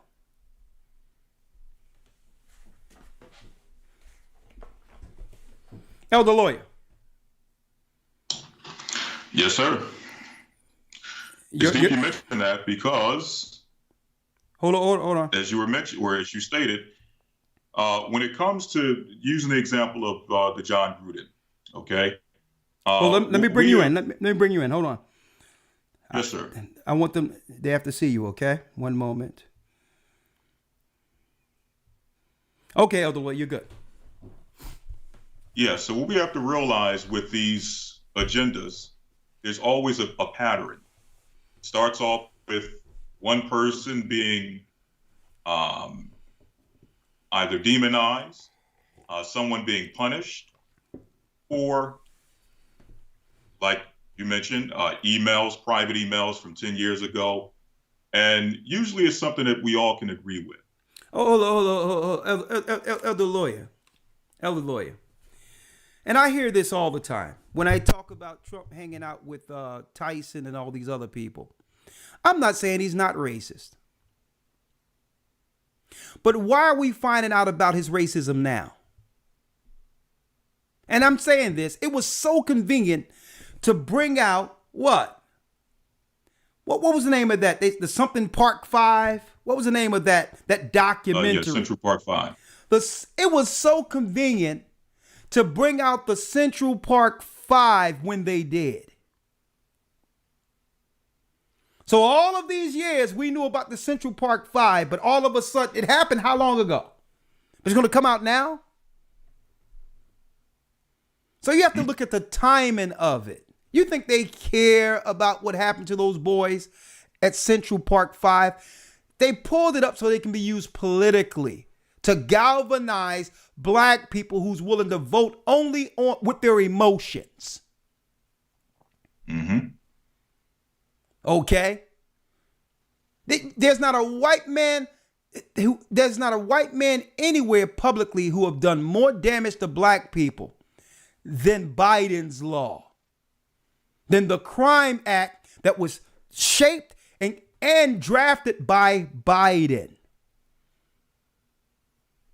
Okay? That makes the Central Park 5 looks like a skip through the tulips. So I'm not defending nobody, but these are politicians. You expect them not to be racist? See, and this is why I like the way Ice Cube approached it. He didn't approach it with his emotions. He was willing to sit with a racist if it meant giving his people something. And now, in hindsight, more people would have looked back and say, you know what? He was on to something. Because, I mean, Barack Obama is a black man. And you think a white man could have got away with what he got away with? When it comes to the conditions of our people now, after him than before? So we need to stop dealing emotionally with these things. Get your emotions out of the way. Understand that these people that are shaping legislation and all that, even though a lot of them hate each other, but they're willing to what? Agree with each other on the transactions. Not just giving you some political understanding. Not that I'm for it all because I voted for Christ, but we need to get over this thing of being triggered through racism. It's a tool that's used. And get on code with one another and say, listen, anybody that's for us, down with the law, statutes, and commandments, we'll work with them with our people setting the president. Go ahead, Louis. I'm sorry about that. Yes, sir. So I was, just using the example that you provided with the emails, John Gruden, so on and so forth. Whether you agree or not with the decision that was made, whether you agree or not with the content of his emails, you have to always remember when it comes to agendas that are publicized in this fashion, it always starts off with either demonizing, making a public spectacle, punishing something that a majority of people are going to agree with is wrong. Majority of people are going to say, well, look at the comments he made. He shouldn't have made the comments. Those are racist comments. Those are discriminatory comments. Those are derogatory comments against a particular group of people or a few groups of people. And we agree that based on that, or we agree that they're wrong. So based on that, there should be punishment. The problem is that, and as you alluded to, Elder, is that it starts off with the thing that we can all agree with being wrong, being punished. But slowly but surely, the same exact standard or the same precedent that is set with this thing that we all can agree to is wrong, slowly but surely we become the target of the same precedent that we were behind setting. Exactly. That we allowed to be set by getting behind the idea of punishing someone for something that was done 10 years ago. Now, on your job, they're pulling up emails from 10 years ago, 20 years ago, if you've been on the job 20 years ago, or Thank you. it's something you did personally. And now they're pulling it up and saying, well, you should be punished now today, November 3rd, 2021, because of something you said in the year 2000, or whatever the case may be.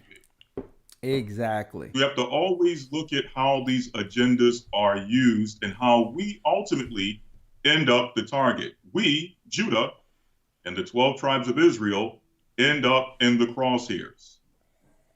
Now, I want to read this real quick. This is Revelation chapter 12, verse 17. It says, and the dragon was wroth with the woman signifying the 12 tribes of Israel, and went to make war with the remnant of her seed. So, speaking to the 12 tribes of Israel with Judah under Christ at the head, we must realize that what? We are at war. Mm-hmm. Who is at war with us? Hold up. Go ahead. I'm listening. I'm sorry. Go ahead. I'm sorry, Yes, Elder. So we must realize that we're at war. Who is at war with us? The dragon. Now, as the Bible states, the weapons of our warfare are not carnal. Even though the dragon, he may get physical, it may be physical casualties, we understand that ultimately we're dealing with a spiritual war. Mm-hmm. And one of the greatest weapons that the serpent uses in his war is what? Revelations 12:9 says what? And the great dragon was cast out, that old serpent called the devil and Satan, which deceiveth the whole world. One of the greatest weapons of the dragon, who is at war with us, is deception. Yes. Now, going over to the book of Ephesians 4:14. And this is how this relates to us. Because, as we've stated, the weapons of our warfare are not carnal. So Christ, under the apostles, gives us instructions on how to battle and how to deal in this war, with one of the greatest weapons in this war being deception. How do we combat the deception? Ephesians 4:14 says that we henceforth be no more children, tossed to and fro and carried about with every wind of doctrine. Now, for the sake of this discussion, we're going to change wind of doctrine to wind of political agendas. So that we henceforth be no more children, tossed to and fro and carried about with every wind of political agenda, by the sleight of men and cunning craftiness, whereby they lie in wait to deceive. So these are some of the weapons that we must look for. These are some of the wiles of Satan, or the methodology of Satan that we must look for. Cunning craftiness, sleight of men. Every 4 years or every so often, we see a new political agenda being pressed to get us emotionally charged against one thing on the left-hand side, while on the right-hand side, slowly but surely, we're being made out to be the target of the same thing that we have been emotionally charged against. We're being emotionally charged. In other words, we're being emotionally charged against ourselves. Case in point, we were made to believe that this whole idea of police brutality, of racism, of black men dying in the streets at the hand of police, we were made to believe that this was something that originated under the campaign or the presidency of Trump. We were made to believe that because a neo-Nazi, white supremacist, Ku Klux Klansman got in office, and all of a sudden, racism originated. Black men dying at the hand of police originated. Okay? But here's the question. The cry of Black Lives Matter.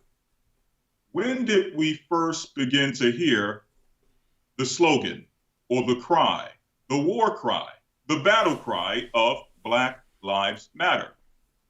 Was it under Trump? Well, let's see. You go to Black Lives Matter website. They tell you when they actually began the cry, Black Lives Matter. This is from their website. Black Lives Matter was founded in 2013, keep that in mind, in response to the acquittal of Trayvon Martin's murderer. So, who was in office in 2013 when the whole thing with Trayvon Martin happened, when he was, according to the narrative, when he was murdered? Was that under some white Nazi Klansman coming to to rally white America against black people. When did it happen? I believe in 2013, we had not only a Democratic president in office, it just so happened that that Democratic president was also a black man. Exactly. And Biden, and Biden was vice president. And Biden was the vice president. So we believe that the same Biden that was in office under Barack Obama, so-called black man, who under the presidency or under their term, Trayvon Martin was murdered, Freddie Gray, Eric Gardner, Michael Brown, Tamir Rice, who was Sandra Bland. These are all names that we were hearing about under the presidency of a black man, who at the time, as Elder mentioned, which I totally forgot, Joe Biden was the vice president. So we believe that somehow we're going to trade off the neo-Nazi who sparked or who caused the racial discrimination. Under him, racial discrimination originated. Neo-Nazis originated under Trump. Police brutality originated under Trump. So we're going to move him out the way and put the same guy in office who was in place when Black Lives Matter was created. Now, with Black Lives Matter, as Elder showed earlier, one of the leaders of Black Lives Matter, in fact, let me make this statement. All of the leaders of Black Lives Matter, which we weren't told when they began, we believe that they were organically or were made to believe, again, them using cunning craftiness and the sleight of hand to lie in wait and deceive us. We believe that they were an organic organization who were solely there for the sake of what? Justice for Black life. Restoration for the injustices and the murders that are happening against Black people. We had no idea about their preferences as it pertains to who they decide to deal with in the privacy of their bedroom. It wasn't until later that they started getting steam and Black people started kind of getting behind it and saying, yeah, that's right, Black lives do matter. That slowly but surely, them using the sleight of hand, now introduced to us the fact that the organization is not necessarily, even though it's called Black Lives Matter, it's not necessarily just we don't deal primarily with Black issues. We're not just for Black people. In fact, I'm on their website. Elder Lawyer, just say it. Black Lives Matter is a gay organization. They'll tell you that. Well, I'm on their website. I don't want people to believe this ain't me saying this. This is their website. Skype me the website so I can pull it up and put it up here while you're mentioning it. Because really, it's them spearheading and controlling the whole narrative to galvanize us out in numbers to vote or to back whatever they're backing. Exactly. It's not a Black organization. It was a gay organization from the beginning. It has nothing to do with Black people. Let me grab it real quick, Elder Lawyer. Let me pull it up, and I'm gonna let you read it as I pull it up for the people. Okay, one moment. Yes, sir. And see, and this is why, keep in mind, Elder Lawyer, everyone started rallying against Ice Cube because he became a glitch in the Matrix. He came out of nowhere. There was no plan of somebody like this just coming out and disrupting their steam. There was no plan because it wasn't canned. It wasn't a part of their scheme to get people out against a racist Trump. So they were crazy. I remember that time. They didn't know how to deal with this. Well, if we go against them, they're going to say we're against Black men. What do we do? Or just say he's a Trumper. Just say he's a Trumper. And Ice Cube's like, no. Ice Cube says, no, I'm not for any of y'all guys. I'm for my people. But who's ever in position, since y'all asking something from us, we need a guarantee that we're going to get something from you first. Hold on, let me grab it. Let me get it, Elder Lawyer. Hold on. Which is ironic. I mean, go ahead, keep on. I'm going to grab it. Keep on going. Yes, sir. It's ironic because at the same time we're screaming at Black Lives Matter, and we need certain things put in place in order to prevent Black life from being the number one target in America, right? Yeah. So a Black man stands up and actually tries to come with a plan that will actually put Black people in a position where they can politically and financially control their own destiny, which would eliminate some of the issues we've been dealing with as far as police and other things, and put us in a position where we can actually protect ourselves. And Indeed. It's here, Elder Lawyer. that It's becomes here. a tech. It's here. Okay, So you have it? Okay. I have it. So show me where you want me to go down. BlackLivesMatter.com. And what paragraph? We start at the first one. We are expansive, and then I'll just read, we affirm the lives.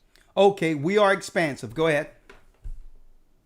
So, again, as I was stating, we were made to believe initially that this was just solely a Black organization put in place to prevent or as an outcry against the injustices being done against Black people. Yeah. It wasn't until later that we started to kind of get behind it and say, yeah, that's right. Black lives do matter. That they started to kind of slowly but surely come from behind the curtain and say, well, Black lives do matter, but there's some other lives in the Black community that we must discuss concerning their safety and their life and their value. And here it is. This is from the horse's mouth. We are a collective of liberators who believe in, check out this word, an inclusive and spacious movement. We also believe that in order to win and bring as many people with us along the way, we must move beyond the narrow nationalism that is too prevalent in Black communities. So in other words, usually when you talk about Black movements in the Black community, those nationalist movements that you may see, similar to something like the Black Panthers or the Nation of Islam, or, maybe even the Israelites. They're just solely focused on the liberation of Black people and the uprising of Black people. But, that's too narrow. We can't really just focus on the upliftment of Black people, because there's some other elements in the Black community that are ignored. Okay. Let me read it. We must ensure we are building a movement that brings all of us to the front. We affirm the lives of Black, queer, and trans folks, disabled folks, undocumented folks, the so-called illegal immigrants that got all that money. Guess who are the leaders or the facilitators that's over the legislation? Who's controlling the money for those programs? The same ones controlling the programs in our communities. That's why they want illegal immigrants to come through and give them what? That's right, voting rights to replace those who can't breathe.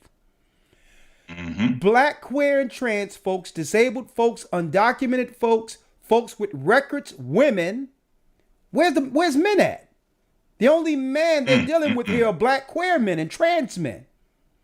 Women and all Black lives along the gender spectrum. Our people were duped. Our network center those who have been marginalized within Black liberation movements. Go ahead, Elder Lawyer. You got it from there. Yes, sir. So when they said they need to bring all of us to the forefront, here's the all of us. Queer, trans, disabled, everything except Black men. So here's the last thing I want to leave you all with. Okay, this is John 10:1. It says, verily, verily, I say unto you, that he that entereth not by the door into the sheepfold, but cometh up some other way, the same is a thief and a robber.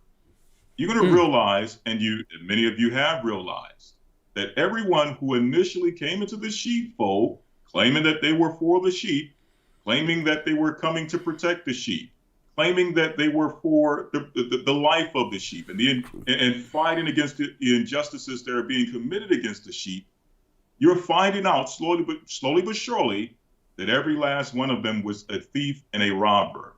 The only reason they came into the sheepfold was to steal from the sheep, to kill the sheep, to use the sheep to uplift and uphold their own political agendas. So, as we've been showing, Judah, it's time to wake up. No one is for your turn. Oh yeah. Okay? Sorry to break it to you. I'm sorry. Go ahead. Elder Lawyer. People wondered why when. Not to say Trump is better. I'm just going to give an example of how our people deal strictly with emotions without reading into things politically. Why do you think so many of what you would call the LGBTQ community were crying and all that when Trump got in? And over Hillary. These were white liberals. It wasn't about racism with them. They were afraid that he would begin to do something with the programs that have funded their families, the liberal programs in our communities that are really feeding white liberals, like the abuse programs and all these other programs. Folks, that money is doled out through them, white liberals and the white gay sector, LGBT sector. So the whole thing is they was afraid. It had nothing to do with race. It had something to do with money with them.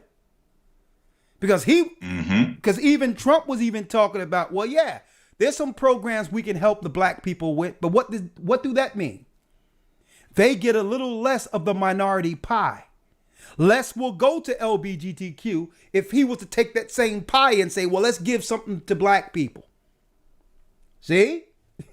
So this is why they have that all-inclusive thing and say that it's inclusive or minority, because there's only but so much money goes towards minority programs. So if he was going to give something back to black people, it would be less for what? Immigrants, as well as the LGBT group who are over a lot of these contracts, and white liberals who are over these contracts. That's right, folks. Poverty is a business for the liberals who own all of those nonprofit programs. It's not our people running these programs in the inner city. It's them. So they were afraid because if he's going to give anything back to black people, he wasn't going to find new money. He's going to take from the other minority groups. And I want to put that out there. That's reallocate. He's going to just reallocate it. So he wasn't going to just draft up some new money. Like, they knew he was coming after their coffers and giving some of it back to our people. No way, Jose. And that's why they came in. Even white people was calling Trump racist. He's racist. He's racist, ain't he? But I wanted to put that out there. Elder Gabar wanted to come in. You have anything else before I bring him in? Oh, no, sir. No, sir. You can bring him in. Elder Lawyer always bringing something good. I wonder what perspective Elder Gabar has. And I'm sure that, he hold on, let me bring in Elder Gabar. Blah, blah, blah. He's been waiting for a while. Gabar Yasha Island. Then I'll open up the lines for a little bit. There he go. There he is. All right. There he is. All right.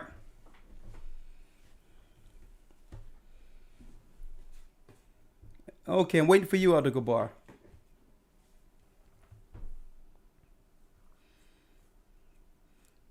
Okay, he's unavailable. One moment here.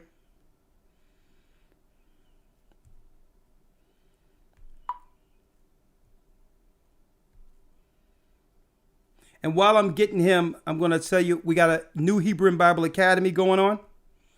A new Hebrew Bible Academy that really started last week. We went into the creation of the universe. It was real good. But I'm going into tracing the serpent seed.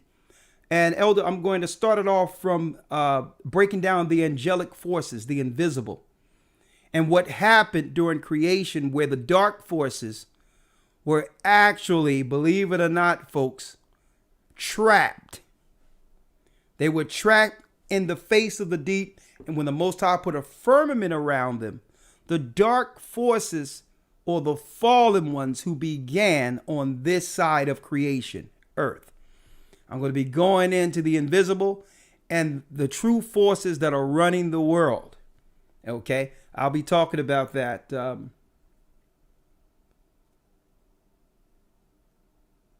Okay. Elder Gabar is in a meeting, so I'm going to let him do what he has to do in that meeting, and we'll open up the calls, okay? Yes, sir. Okay. I'm going to just let him know to call in, and just let me know in 10 minutes if you want to come in. All right. All right. All right. So what we have to do, understanding that our people are under the crosshairs, something weird happened last night, Elder. We had a brother who went to the hospital because he was exhibiting asthma symptoms. You know, he went there knowing exactly. Excuse me, let me get her out of here. He went there knowing, Elder Lawyer, exactly what he wanted. He just wanted the treatment for asthma, whatever. He got the treatment. He texted me. He's doing 100% better. The doctor told him that he had pneumonia. A little touch of pneumonia. He asked, can I do a chest x-ray? Did a chest x-ray, everything was fine. He says, it's a little water on your lungs. I'll give you some antibiotics. You're good. You know, you'll be good in a few days. Give you some antibiotics. The doctor leaves, Elder Lawyer. A nurse comes in. And she wants to give him something after the doctor already said he was fine. So eventually, he looked into the stuff she was trying to give him. And boy, he was like, no, I can't take this. Because obviously, it had dizziness. It had chest stuff and can't breathe. Whatever was in that stuff, the nurse comes in. After the doctor already said that he can go home and get antibiotics. So I don't know what was up with that nurse. But anyway, he had enough knowledge to say, listen, I'm good. Then she tried to get him with tests and all that. Like, no, I'm good. So eventually she told him, well, I can't write you a prescription for antibiotics if you don't do what I say. So he was good after the treatment. He just went home. And another nurse came to him and said, well, you know what? Said, listen, you did the right thing. Another older nurse came to him and said, you did the right thing, son. So I'm going to leave it there. Not much I can say about that, but it's always good to be informed. Now, if he didn't have the knowledge and understanding of what was going on, he would have fell for whatever this nurse was trying to do or whatever the case is. But he's fine now. He's drinking tea. He got what he needs. He went to the doctor's office the next day. But it's best to be informed and get the help you need out of the hospitals and just get what you need out of there. That, it's a blessing. He's fine. All right, let me make some calls. Let me. Matter of fact, let me call you right back. I'm gonna bring in the blog talk. Yes, right, sir. Shalom. Yep. Let's see.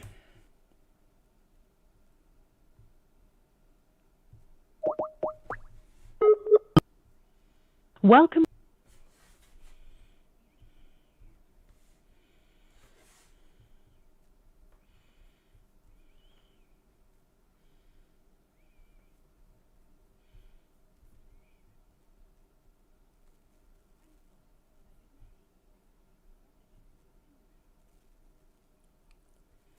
All right, come on. Oh, there we go. All right. 1 second, folks.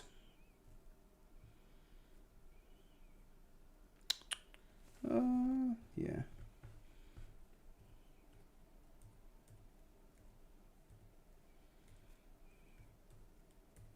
Okay, we're gonna hold tight. When Gabar come in, I'm gonna have him have his say, but in the meantime, I'll take some calls.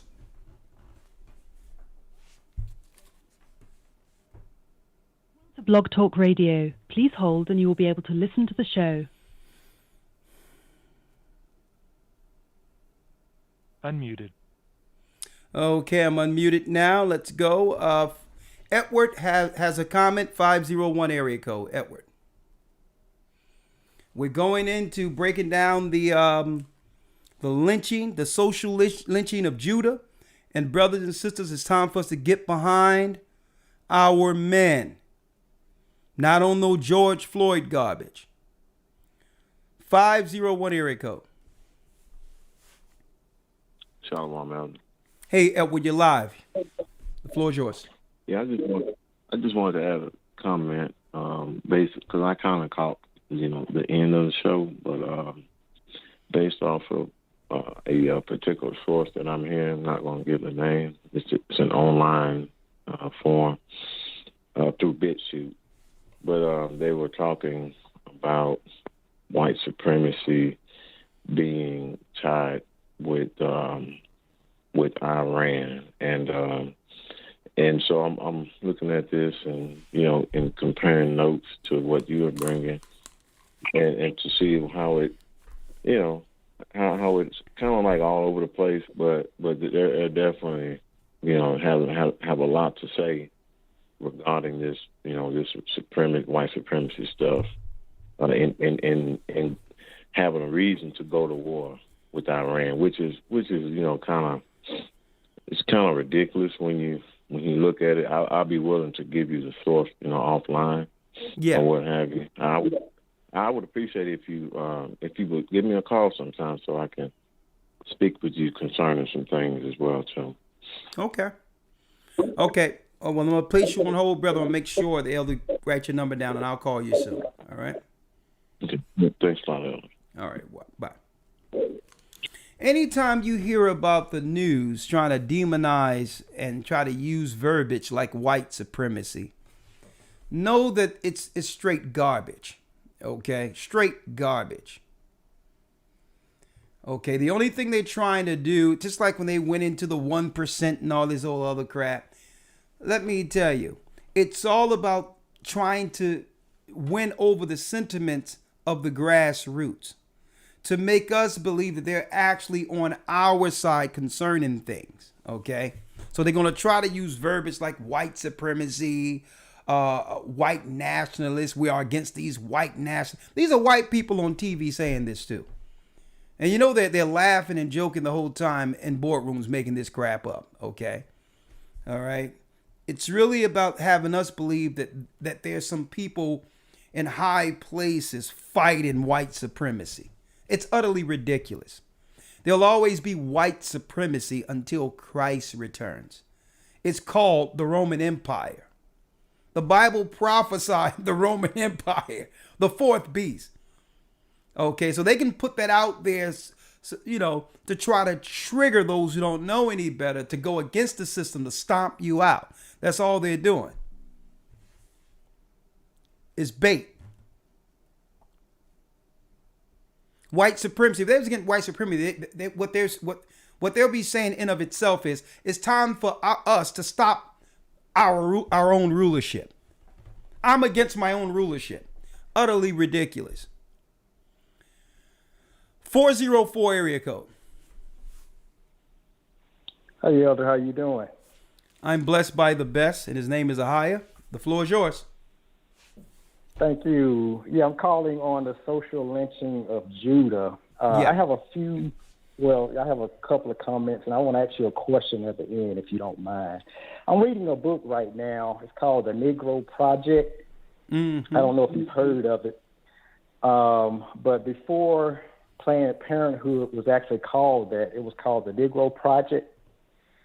And it talks about Margaret Sanger's, it's a diabolical, dangerous, disastrous, and deadly plan for Black America. Mm-hmm. I looked up the word diabolical.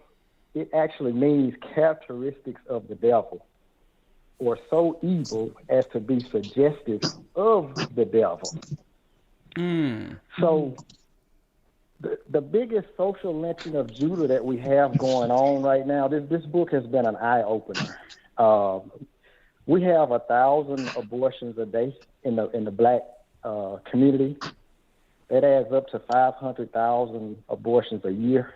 And since 1973, it's been 19 million abortions. And I did not notice. Oh, yeah, we've covered. Listen, we've covered the Negro Project. We went over that in some of our lessons. And even in the Okay. academy, we've talked about the study progression of eugenics, where evolution and Darwinism, all of these things were a part of convincing the people medically that our people are genetically inferior to white people. And and to do so, they can get rid of us through natural process and be absolved from it because we haven't evolved into a person yet. So this is why it's okay for them to do certain things medically to us that they can't do to other races of people. This thing is really ingrained within the fabric of America. These witches, warlocks, and eugenicists who are going to always use some level of science to attack our people. At the end of the day, it doesn't matter what plague, whatever comes down, it'll be us. And I believe what we're going through, what you're seeing right now, is their final solution. And this is why they started putting out words like the people who are disproportionately affected. By saying that, they were able to segregate us politically from everyone else and make us the target of this campaign. Right. You understand? Yeah, So what you're saying about the Negro Project, guess what? Yeah, but go on. But what you're saying about that, we're looking right now, we're living at the end of that plan. Because now that we woke up to what they were doing to our children under mental health and how they were trying to get stuff in our people and all that, have to go to school and all that, and we're starting to wake up to all that. And we started counting the numbers when it comes to abortion and all those things and realized, hold up, I thought this was a feminist thing. I thought this was a feminist cause. But how is this a feminist cause? And yet the majority of children that are dying or not getting born are black children, black young men in particular. So this is not a feminist thing if at the end of the day, no matter what they come up with, it's our people dying in mass number. So now that our people have figured that out and say they want to come back to the Most High and start being traditional and doing things right, they say, well, now I believe this is the final solution when they don't have anything else left in the bag. I believe this is really their last big thing before rolling out the mark of the beast. But go ahead, you have the last word. Yeah, the book says that, if there isn't some type of spiritual phenomenon, that it could lead to the extermination of the black race. And I agree with that. But I believe that spiritual phenomenon will be Christ coming back to save his people. If you don't mind, I want to ask you a quick question. I know in the Hebrew and Bible Academy, sometimes you break down different songs. And I wanted to ask you if you have heard the song by Prince called New World. Have you heard that song yet? I probably did. Are you there, Elder? I can't recall it right now, but I'll listen to it after this. I'll write it down and listen to it. Yeah.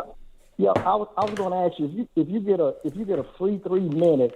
It's called New World by Prince. Okay. He brought the song out in 1996. He wasn't Prince then; he was the symbol.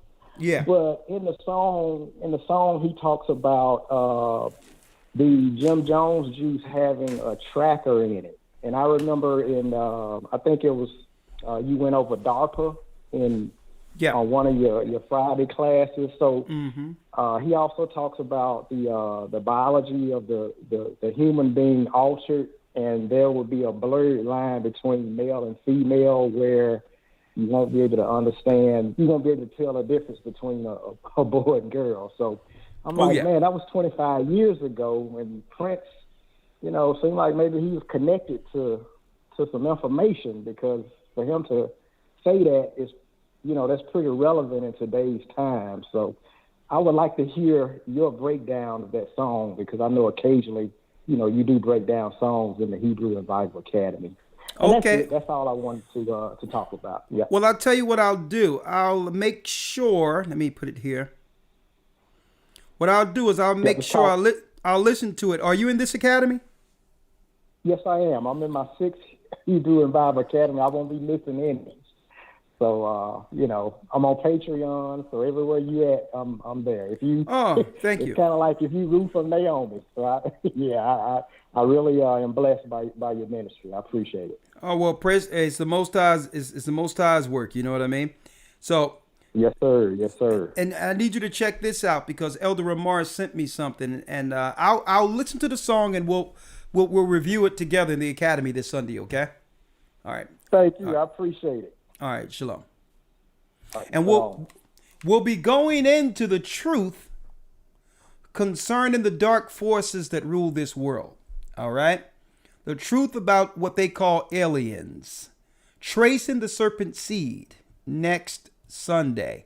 If you wish to be a part of it, it's only week 2 and we'll give you the week missed. Go to historytimes.org. Don't worry about it. We'll enroll you, get you in, and you'll still have the lesson and everything you've missed from the previous in the previous Sunday. So this you're not going to miss anything Sunday. You're going to get the first week, and you'll be ready to get in starting the second installment, Tracing the Serpent Seed. Let me pull something up here. Excuse me. Yeah, there it is. All right, check this out. CNN Business, Elder Lawyer. CNN Business. CNN Business. What do we have here? CNN Business. And you're a Hebrew guy, so you can more so go into it than I can, Elder Lawyer, with in the academy this Sunday, since we're talking about the Hebrew. I hate when CNN does this. They make it where you can hardly get. Yeah, here it is right here. They make it where the advertisement takes up the page. So no one can actually see the title. Here it is right here. Hebrew speakers mocked Facebook corporate rebrand to Meta. Most people don't know that Facebook is changing its name. So they're saying that Hebrew speakers mock Facebook, Israel. Social media users in Israel are mocking Facebook's company name change to Meta, as it sounds similar to the Hebrew word dead. Speaking of zombie. See, they love doing things in code. So they're saying the name is being changed from Facebook to dead. What's that about? This is CNN too. Many Twitter users scoff at the social media company's rebrand, revealed by founder Mark Zuckerberg earlier this week. Using the hashtag Facebook dead. Somebody did not do their hashtag branding research. It says author, Dr. Nurit Weiss Blatt, author of the Techlash and Tech Crisis Communications, tweeted, in Hebrew, meta means dead. The Jewish community will ridicule his name for years to come. So what do you think they're saying in code there, Elder Lawyer, in the Hebrew, moving Facebook from Facebook to what? To the dead. You think they're foreshadowing a few plans, something to come, or whatever the case is? It's just interesting that CNN Business would actually put that out there. All right. Yeah, very interesting. And if we were to pair it with, if I'm not mistaken, Shapat brought out something in the news pertaining to this Facebook Meta, where it will be a full experience, a full virtual reality experience, where you can basically create a whole new life in the virtual world. So what happens to your real life? Your real life is gone. It's dead. You have now become just a virtual character in the virtual world. Well, let's cover that also. If we're gonna look more into that with the Hebrew, I want you to tell me what you will find by this Sunday. All right, Tracing the Serpent Seed this Sunday. You don't want to miss it. We're gonna go into the fallen ones, And who's really running things on earth? All right. It's going to surprise you. Some of you. All right. Let's go down the line. And again, if you wish to be a part of that, go to historytimes.org. Joshua has a question from the 601 area code. Shalom, Josh. Hey, how are you doing? Shalom, Elder. It's an honor to be on the podcast. And all praise to the Most High. And I'm actually in the academy. When I tell you, Elder, when you went into just Genesis, my jaw dropped. You gave me a whole new understanding of what I was going over tens of times. But I have two questions. Yes, sir. My first question, well, more of like a comment, sir. So it was on Revelations chapter 9 and verse 11. That's my first question. When you had brought out about Abaddon and Apollyon, I realized that I had looked into it. I found out that Apollyon, there's different names for Abaddon and Apollyon. One of the names was Gilgamesh, and I found out that Gilgamesh was a ruler in Babylon. So, as before, so shall it be. So when I found out this is the king, and I understood that even king, corona, in a sense, a king wears a crown. Corona means crown in a certain understanding that I had got from. And when you had went into, before I go too far into it, do you have any understanding on CERN? I remember you saying something about that. Well, the information I have on CERN is the fact that what they found is that's really an ancient artifact. It was actually part of the original Tower of Babel, the base of it. So when you had brought out the fact of these spirits, these Divic, possession of an evil spirit. Yeah. So from my understanding, I'm understanding that these spirits they're trying to release spirits into our realm. So when these spirits got released, they are releasing. I think let's make it clear. Right, so, they're not trying to. They are releasing the spirits. Ever since they've turned CERN on, ancient spirits are now being released in the earth. All right, Elder. So I was just basically topping off of what you said. Like that was a even greater revelation to me. The fact about this jab, and you was even going into the zombie situation. Not even say the actual V word, but the jab. I watched the movie Get Out, and in the movie, you basically suppress the consciousness of something. Now, to my understanding, some people even feel like they're spiritually dead. Now, in the sense of zombie, they're spiritually dead, and another spirit is able to take over their spirit. So when you even said that we may see random events of violence around the world because they're no longer spiritually inclined to receive from the Most High. So the only spirit they can receive are these spirits that's being released, even with the Dovik situation. But that's my first comment. But my second comment, it was in Ezekiel, and I remember even saying that you don't believe that there was like more people than Adam and Eve in the garden. Was that right? No, there weren't more. There weren't any other people outside of Adam and Eve. That's philosophy. There's no other people. Now, not because I proved that in the academy. Yes, sir. I showed you exactly. Sir. I showed you exactly who Cain married when he went to Nod. When you go into Genesis 5, it tell you that Adam and Eve had sons and daughters. So that was before the law of incest, because nations weren't divided in the earth at that time. Cain actually married his sister A1. Okay? In the land of Od. You can read that in the book of Jubilees. Another record the Most High gave Moses and told him to hide. So yes, a lot of this, what you're saying, it is right on, but there weren't no other people. Now, there were beings in the earth, but not people.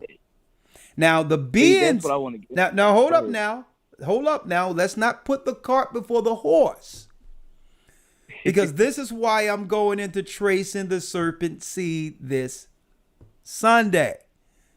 I'm going to show you who was here and how they got here, and how eventually they would emerge out of the ice. I went into the firmament where when it shows the firmament was put around the face of the deep, and it tell you that in Job 38 that the face of the deep is frozen. That's the ice age. And subsequent to that, once the earth was charged by the angels Hades in the middle, that waters start to break off and go into rivers and all those things. Seas were made. And subsequent to that, you still had the others trapped in ice. They built cities there. And eventually they came out of the cities and beheld the image of God, Adam. So I'm going there. So Adam wasn't alone, but they couldn't touch him because at that time there was a connection between the heavenly realm and earth until Adam sinned. So, but they couldn't mess with him. They could. It's like this. The only way they could come in is if they were invited. They had to be invited in. So I'm. So no more. Stop. Yes, You're in the second week. You be there Sunday. Be there Sunday, please. I will, sir. All right. Thank you so much. All right. Okay. All right. Go to historytimes.org, Josh. I'm glad you're in. And when I make statements, I like to prove what I'm saying. And a lot of you are getting some insight of what we deal with in the academy, a little bit of it. Let me show you this. Let me show you 1 second here. Web here. Let me get it. Lesson. Hold on. Let me get it. Right here. I like to give people an insight of some of the things that I'm saying. This is from CERN, a document from CERN that was turned on. And as you can see, these are white papers, scientist papers, CERN Accelerating Science. And as you can see, in their white papers from 1970, February, they broke down undermining the Tower of Babel. That CERN, that's right, CERN in Europe is an actual part of the Tower of Babel. Here's the white papers. I got it right there in front of you. From CERN Accelerating Science. And even back in 1970, they were afraid of what happens if they were to turn CERN on. And guess what? That's right. Around 2011 and 2012, they turned it on. And you started hearing about earthquakes all over the place because why? That thing is powerful. It's releasing demons and causing the total destruction on the earth. I'll be going into that. So I have the paperwork. Listen, this is science information and all that to let you know that, yes, the Tower of Babel has been turned on. I'll be going into that too. All right. 1 second here. We have Sabrina Kwam. I have you. I'm going to bring you in also. Ed, I have you. Don't worry about it. I'm going to let you all in. Sabrina. Yes. Shalom. You're live. Shalom, Elder Ricard. This is Sabrina from Washington State. I am in the academy, and it's just mind-blowing. All the puzzle pieces are adding together, so thank you for just being who you are. Praise the Most High. Also, I have yes, absolutely. And I have two questions. So the first question is, so with the Facebook turning into Meta, everybody should definitely delete their Facebook Meta thing right now, right? Oh, I don't know, sis. I mean, personally, I had a conversation about that in the academy where I said that, listen, some of these platforms, if we use them with our privacy in mind, isn't a bad deal if you're doing business or other things like that. But when it comes to a time where you allow them to intrude in your privacy, putting your children out there, your family out there, your locations where you're going, that's when social media becomes very dangerous. Okay? So I don't know whether or not someone should like, that's one platform that I've never been a part of, and I don't care to be a part of it. But I mean, I know that it's used as a reconnaissance, and a lot of people connect their phones to it where everywhere you go, Don't forget, this guy got so much information on you. He have more information than any of your family members. I'm speaking of Zuckerberg. So I think people need to be cognizant and disconnect themselves when it comes to how much of privacy they're giving the public. All right. So I'm not there, so I can't make that choice for you. I don't know where it's going. But you have to make an individual choice. But you really need to make sure your children and your family members are not there. And here's a tough thing about this. When it all goes down, and you're not going to be able to deny when things go down who your family is. You may want to save a family member and say, I'm here alone. They'll be like, well, no, here's your cousin's name. They came here yesterday. Here's this, here's that. I know your children. I know exactly what they're like. I have all the data on you. So really, really a lot of this data is reconnaissance for war. And see, and that's why I'm very careful. People shouldn't try to put their personal information out there and shouldn't try to put other people's personal information out there either. Privacy is A1. Okay? You want you want as little about you out there as possible. Okay? Right. Thank you. And my next question is, so I know that you mentioned something to do with the vax going out on people who are part of, SSI and getting food stamps. What is the prediction that you have for that? What is the what? What is your prediction for that? Is it something? Well, I can't speak for you, but okay, let me answer that because I understand what you're asking. What you're asking in a nutshell. Sooner or later, being that they're now starting off with the basketball players and football players and making mandates that if not complied with, can shut off their livelihood. And I talked about this years ago. What if that thing now transitioned into the public sector now, not private, where you cannot get your welfare, EBT, your Section 8, your subsidies? What if they now put the obligation of tests or even worse on you and threaten your food stamps or whatever the case is? Well, this is why we've been telling people it's time to pivot.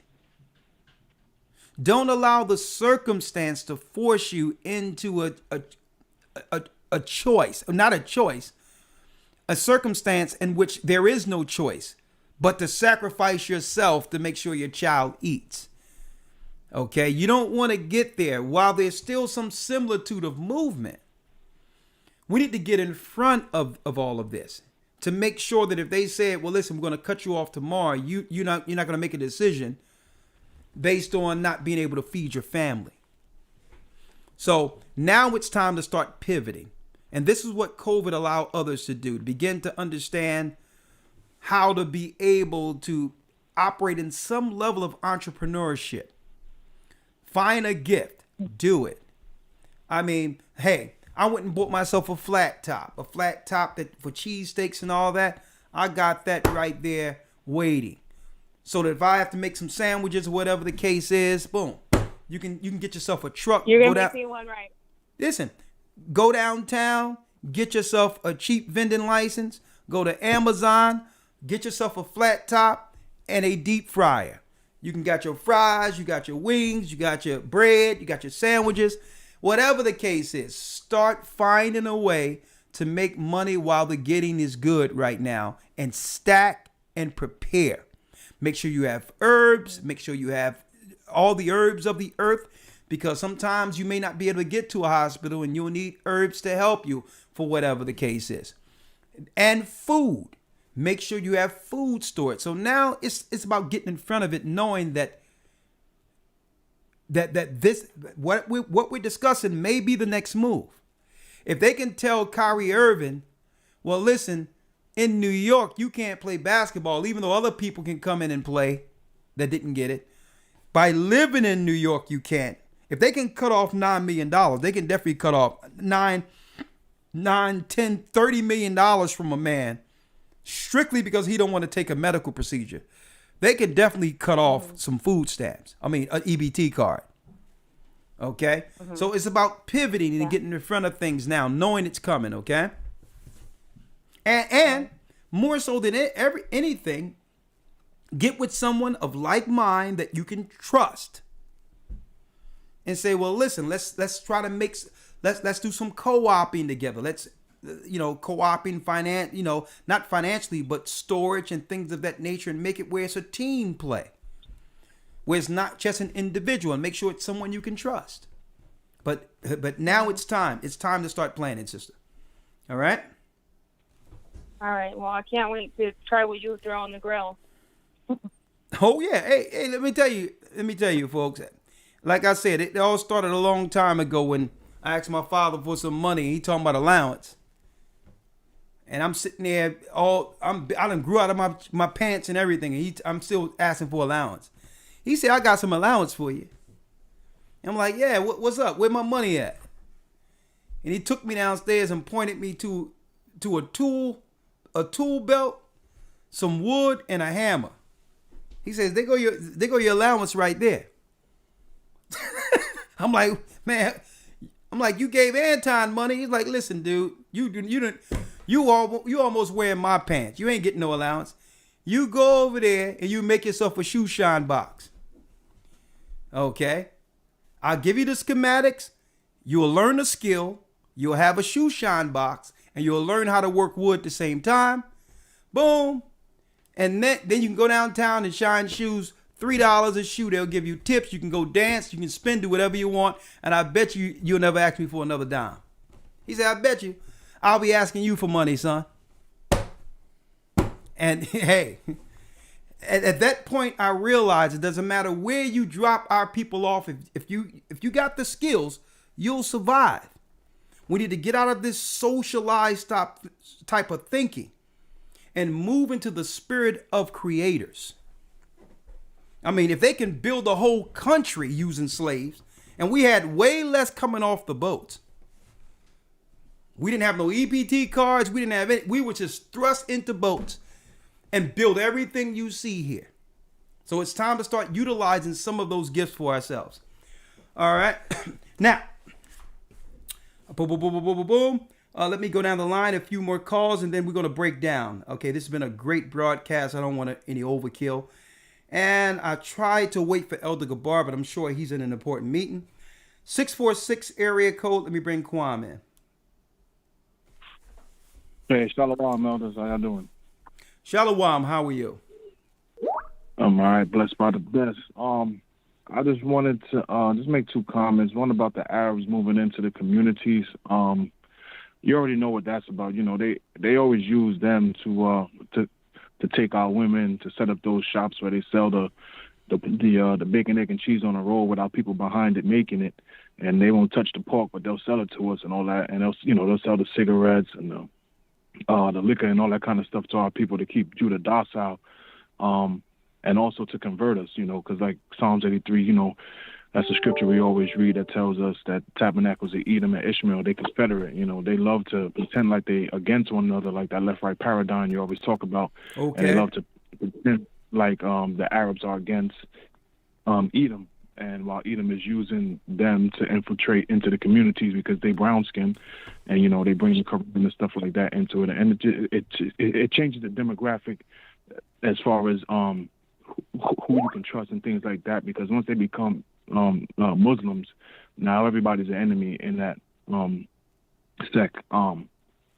As far as Kyrie Irving, the other thing I'm going to say is it's funny that they allow Magic Johnson to play with HIV, but this brother won't get a vaccine, and now he's like the enemy of the NBA in the world now. But they allow Magic Johnson to play with HIV out of retirement, and it's more contagious than anything.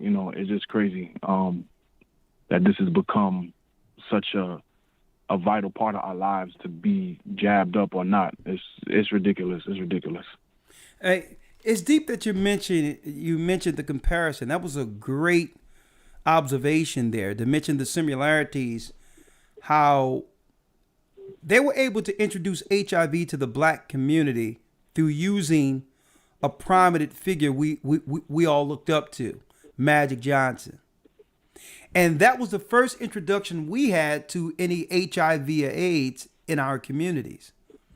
And yeah, they allow him to play with it. And another thing, it was Fauci during that same time who made this connection between HIV and AIDS. And all the other doctors were looking at it and saying, well, hold up, there's no connection there. It was Fauci there introducing, along with these doctors, a new death to our communities that we thought was a gay disease. It started someplace else, another community. But then at the end of it, it's our people dying in number after it was introduced. So, and now we see, this is why they're pushing back at Kyrie Irving. What if Magic Johnson would have pushed back and say, well, hold up, let me look at this HIV things more carefully and not just take this diagnosis that they're claiming came out of nowhere. So I'm glad that you pointed that out, because they're trying to do the same thing by using sports figures to introduce what's good for us based on a disease. And here it is. It was Fauci then and Fauci now, and that's fact. Okay? Great observation. Thank you, brother. All praises. All right, shalom. That's interesting. All right, let me bring in Elder Gabar Yasha'Allah, my man, my brother, from another mother. Don't worry about it. I'm going to take the rest of your calls, folks, but I said I was going to let Gabar in. He was on a call, so Elder Gabar, come on in. Hold on. Oh, there he is, the brother from another mother. Oh, shucks now. How we doing, Elder? How we doing? I'm blessed. Show, my apologies. It's I was stuck in a okay. meeting. Dealing with something in Virginia, but everything's working out. Okay, it's fine. Talk to me. You're live. Yeah, I wanted to kind of, and I think that brother Kwam came up with a great point in regards of that looks like that may be like a shirt, a T-shirt, or at least one of those thumbnails or algorithm things that you could spread out just to open discussion. They allow Magic Johnson to come in and play after he got diagnosed with HIV. But they're making a big stink out of a flu. Now, no, check it out. Check it out. Not just a cold or whatever it is, right? It's he doesn't have anything. So right. So here it is. Here it is. Magic can play with a disease that we thought in the community was a death sentence at that time. We knew nothing about HIV and AIDS. Right. And he can play on the dream team and all that with something that we thought was a death sentence. But a man that doesn't have any disease at all that we know of can't play, and his money's being taken from him based on him not getting something shot into him. That's he don't have no disease, but he can't play. And HIV, and here it is, Magic Johnson had HIV at a time that we thought was a death sentence, and he played. Well, does it have to make sense anymore? But go on. I'm sorry. It doesn't, right? But yes, land back in on the conversation you're having today in regards of the attack on Judah, right? Yeah. And I think it is a deliberate thing that they are dividing the two tribes, the northern and the southern, in regards of only associating racism, prejudice, slavery, Jim Crow, only with the northern tribes, the southern, excuse me. Every single time we see a picture of a black man in history, or talking about American history, they usually associate the black man with a chain, slavery, they usually paint them with a defeated attitude, right? Yeah. A defeated look. And every time they portray a Native American, they usually portray him with a proud look. Strong, proud. Some level of dignity. Some level of dignity. Yeah. And usually when you hear the narrative that the Native Americans or the indigenous people either got wiped out or they didn't want to fight or they didn't want to serve in slavery and they fought back. And that's why they had to get slaves from Africa because they were more manageable, right? They were more, you get what I'm saying? It's like the narrative is showing that the natives were proud, dignified people. They fought, you know? Yeah. And I'm not saying they didn't fight because they did. But what the people need to understand that the reason why slavery had to end in America is because the uprising happened in the South. Yeah. They could not sustain it. They could not sustain it. It was not an unsustainable situation. It worked for a little bit, but it didn't rock the way they wanted to rock. So they had to come with a different narrative. Like, okay, let's make them like they're free, but let's give them less rights. Exactly. That's the best way. We got to give them something because we are dying in high numbers, white people, with uprising, where our crops are getting burned, our crops are getting, destroyed, and these slaves are uprising to the point that, and this is something that we discussed, the Seminole Indian Wars was actually a united front between Native Americans and African Americans fighting against slavery and oppression. Yo, I'm going to tell you right now, it was just getting bad for business. It was bad for business. I'm glad you're breaking that down because a lot of people would believe for some reason that slavery altogether, chattel slavery was done away with. Right. But slavery altogether never left because there was one provision within the Constitution, Elder, that if you commit a crime, all your rights as a citizen will revert you back to 3/5 of a man. So the only thing they would have to do now is to make what we do natural, crime. So that now they can systematically pull you out of society and do it that way and be justified. Jail. So there was never, and on top of that, what they did recognize in slavery, Gabar, is that when you treat the slaves decent in comparison to you have that division between the field slaves and the house slaves. Well, suppose we can create a whole society of house slaves where they have access to almost be on the same level as us as long as they're separate. Right? So the field slaves had all the strength and might and were more irritated than the house slaves. So let's use this as a case study and make a society of people who are house slaves but slaves nonetheless. Because folks, you have a lot of people that was on the plantations who was upset with the field slaves causing issues. They was like, listen, we got it better than the plantation over there. So it wasn't like there was an all-out negative sentiment from our portion with slavery.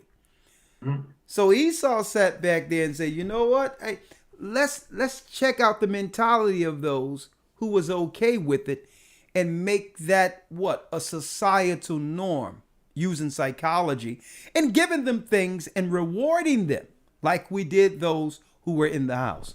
But go ahead, Lord Elder Gabar, your floor. Yeah, and so, and and that's why, all the tribes gotta not fall for the trick, not fall for the game, not fall for these things, right? That they do to keep us separate, and divided. And I truly believe that now we have to start targeting. And it's like, if you are a Levite, you should, your people struggle, your point of view. If you're an Ephraimite, if you're a Simeonite, if you're a Gadite, if you're a Benjamite, your people struggles. So you'll probably be the best way the best person to represent your people. But I think you should also bring specifically a brother from another tribe with you, so then your tribe could see that unity. More and more, we have to see the visual unity within the tribes, right? And for they could explain, I'll come in through the door, right? I'll come in through the Benjamin door because I am with a Benjamin. He could let me in the club because, he knows me and they know him. Okay, we'll let you in because you come recommended by this guy, but then they could see that unity. Why you guys are friends? What's going on? It's the same scenario, right? So I think that we have to start doing it. But I'm gonna leave with this. Yesterday we had a show. We had like a little cute competition, and I think it's fitting to me to bring it out. And basically the competition, I had it with Bishop Amav, Deacon Dave from Canada, Bishop Kazak from Pittsburgh, and myself. Okay. And the competition was, we're not going to get angry for a week. Don't let anybody get you angry for a week. And I'm okay so far. I think I've been okay. 2 consoles today. Didn't blow my top. I'm good. So, but I'm saying that to say this, that I think part of the success in me learning, okay, I gotta focus not to get angry today, right? When I'm driving, get cut off, or then now it kind of forces you to think or act nicer, right? Because then you understand, right? When in a certain situation. And I'm saying, you know what? Maybe this is something that we could also exercise within the nation. That we should not get angry at the nation because they're doing what they're supposed to be doing. They're supposed to be looking out for their people. Yeah. They're supposed to be, let's open up a Chinese store in the ghetto. I open the store, then I send my cousin, I send my nephew, then you bring your people, and they're supposed to do that. So if we just release the anger of the fact that most nations look out for each other, and if we as a human race can be honest about that, then we could say, you know what, they're doing what they're supposed to do. So now we could say, you know what, let's do what they're doing for their people. Let's do it for ourselves. And let's not get angry about it. This is the game, the way it's played. Nations look out for nations. So let the children of Israel look out for the children of Israel. And I think it kind of releases you of that. Look what they did. Look, and focus on that.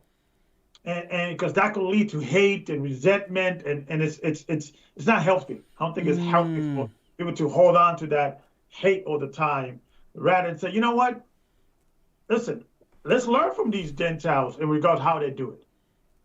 Look at the Amalek, how they rock and roll. Look at these Ishmaelites. They go and they start a shop. One person pays his way out of the debt that they pay for him, and another person comes. They do it, and they're crushing it. So I think we, instead of complaining, look what they're doing. We're like, let's take some notes and let's do that times, 5,000. Let's rock and roll, and then let's create our own Israelite Wall Street. That's what we need to do, and start and focusing on. Let's do for ourselves, and don't take it personally when the other people are looking out for themselves.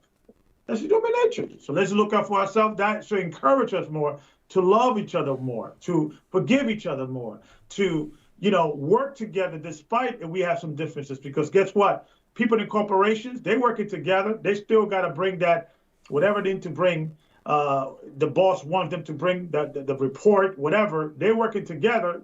They may hate each other's guts, but they're still working together for the greater good, or the whatever. So we have to start thinking in that concept in regards to, like, you know what, let's not worry too much or complain why or what the nations are doing.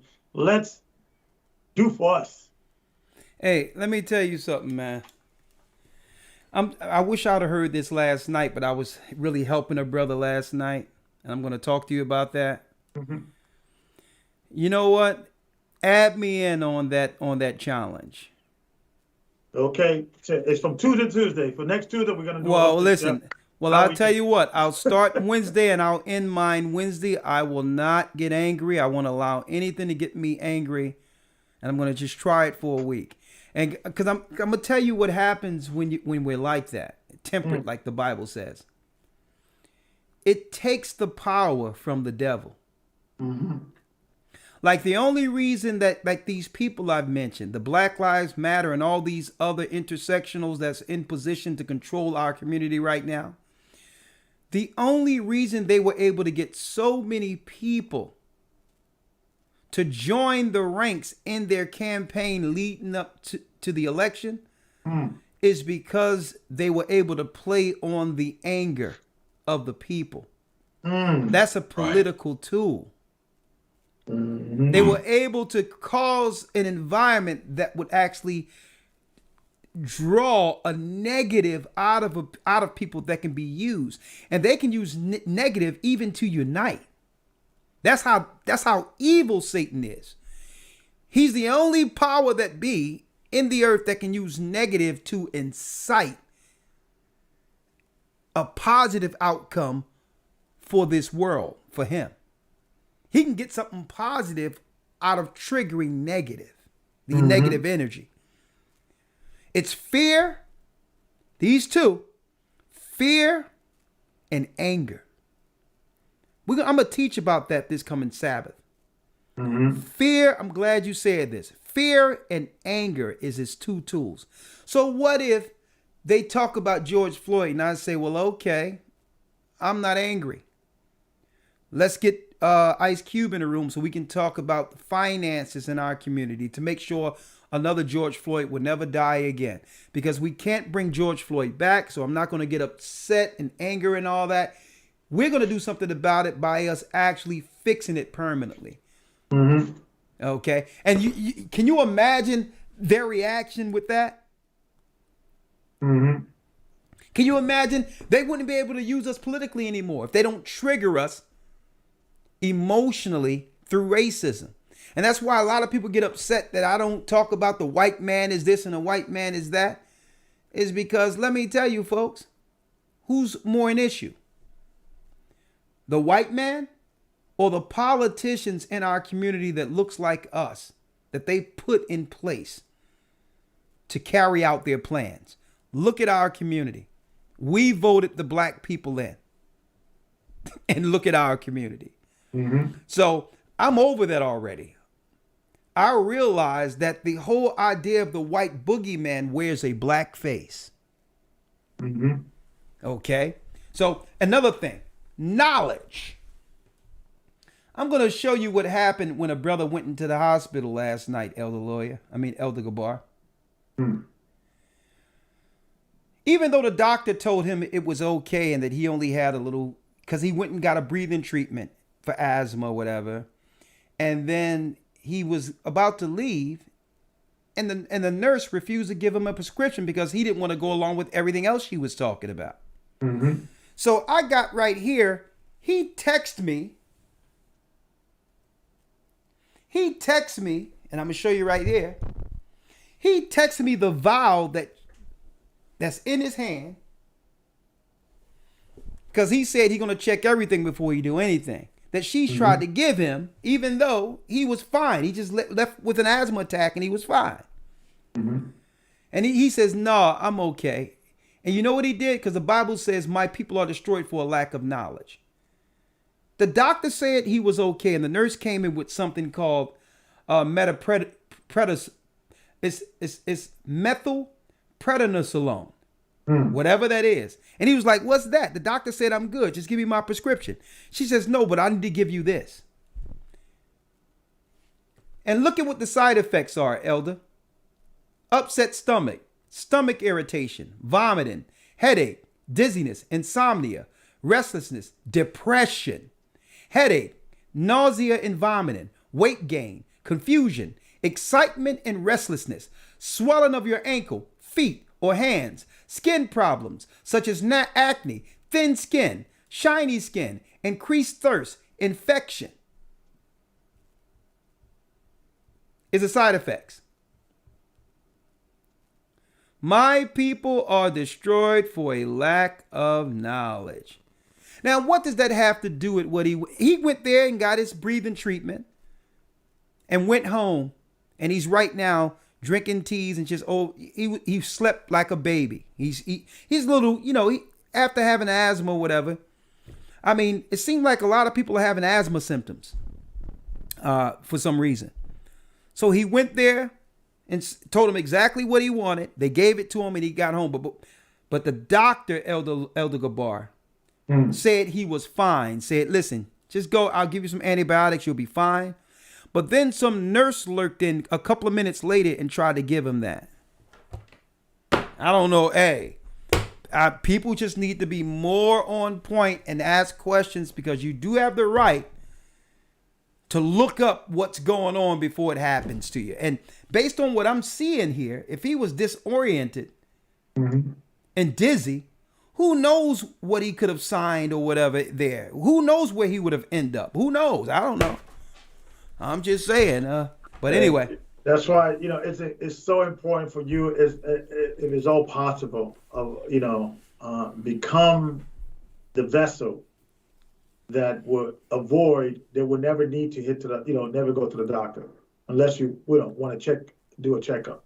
Yeah. Try to walk for a half hour a day. If you're overweight, try to lose 10 pounds a month or 5 pounds a month. Little by little, step by step. Yeah. Just get healthier. If you eat too much this, cut it a little bit. Don't go cold turkey, just little by little. Just get healthy, because listen, I haven't gone to the doctor. Last time I went to the doctor is because I wanted to check my blood. It was like I wanted to check where my health was at. A doctor my wife was saying. Other than that, and it's not because I'm the healthiest guy in the world, but it is possible. It is possible that you could be in a situation that you could go through your whole life not ever needing a doctor. You could eat right, take your vitamins, drink enough water. Yeah. And then when people actually, when was the last time you went to the doctor? You check your head. You're like, in the 80s or something. So it is possible. So I'm always urging everybody to continue to increase their health, and because that's where they get you. When you're in there, now you have to figure out, okay, I have to get somebody who it has a power of attorney to make the decision, because just in case I go under, it's all kinds. Your baby's being born. What you taking my baby? What you putting in my baby? If it's all possible, focus on midwife. We already have a lot of midwives in the church. They're licensed. They got everything above board. All the credentials, you can check their. So going back to doing for ourselves, those hospitals. It's they just want to stuck you with stuff that it's dangerous. Yeah, but I don't know. It's like the hospital in of itself is just a place, right? Yeah. It's just, but we have to have the knowledge of what we're going in there for. Exactly. Like I've mentioned, fear, anger, all of these different things without a sound mind leads us to making decisions that we'll regret in the long run. And this is why I'm glad the brother had enough sense to say, you know what, let me look up some of this stuff. And then another nurse came to him and said, well, listen, I guess she looked around and said, listen, you did the right thing. And I say, what were these black nurses, white nurses? He says, no, both of them were white. He says, one came in and didn't want to give me a prescription or nothing, even though I told her the doctor said I was fine. So don't forget, Elder Gabar, a lot of these doctors is compartmentalized. They come in to work certain hours contracted for a hospital because they have a license to practice. Yeah. But the nurses and all that, a lot of them are with the corporate structure. They're there whether the doctors are there or not. Yeah. And she came after he left. And then when he said, well, listen, the doctor just told me I was fine. She says, well, he's busy with another patient, because he wanted to speak to the doctor. He says, write me a prescription. She said, well, I can't do nothing until you take this. Yeah. And then when he was about to leave, after realizing something fishy was going on with that particular person, another nurse came to him and said, young man, you made the right decision. Good night. Hope you're feeling better.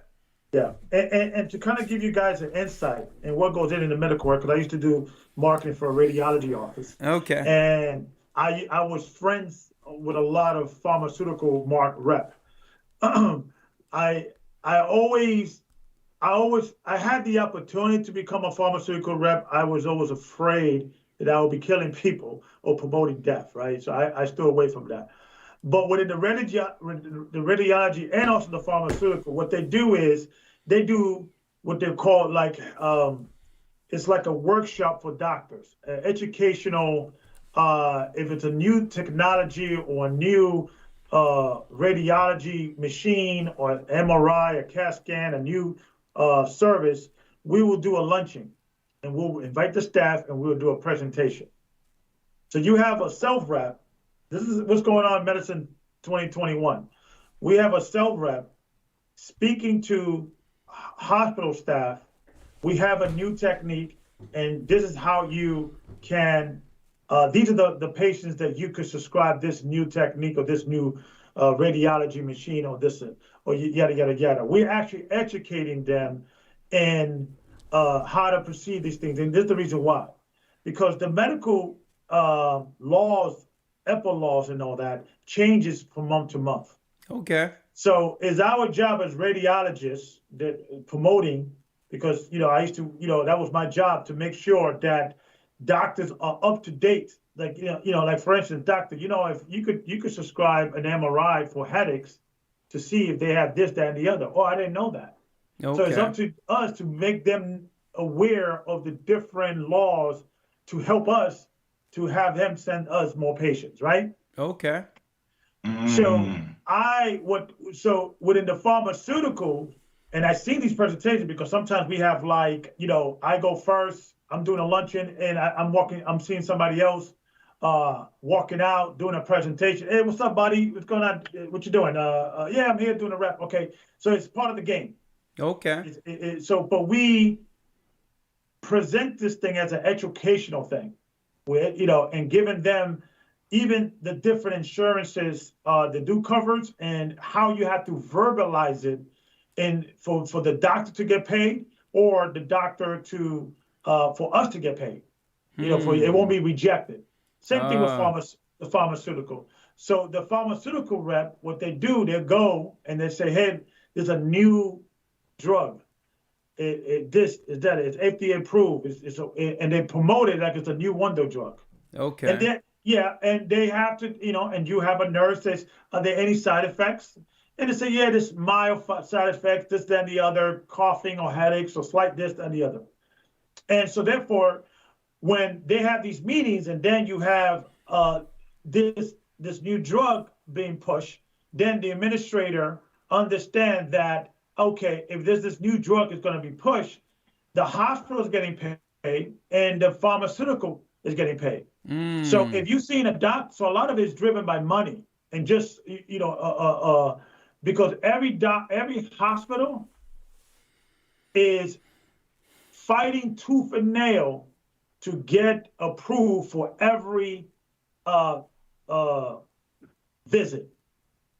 So it all depends if you could get visited. If you have a good team of people that will do all the behind the scene, the billing. If you have a smart biller, one visit can make a difference between 5,000 to 10,000 or 15,000. I've seen that. It all depends how you word it. I've seen that, and I've seen them also, and I had to stop them from doing this because what they'll do is they want you to have insurance because they can charge more for the items there, and they can bill you for things. For a Q-tip, it was $300. For this, it was $200 because it's not coming out of your pocket. It's coming from the insurance company. So if they see the max of what they can get from the insurance company, Yes. A syringe, one shot can be worth $600-700. But let me say this on the back of what you're saying. Now I understand the arguments when they began to privatize and corporatize hospitals, because I think we as people are still going into the hospitals with the mindset of when hospitals were set up the old way just to help people. Mm-hmm.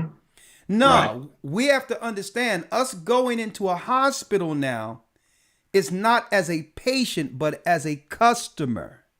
Mm-hmm. And the same way you go to McDonald's and they'll say, well, if I want a burger and a fry, they ask you, well, do you want to supersize it? You understand? Yeah, it's the same thing. It's called upselling.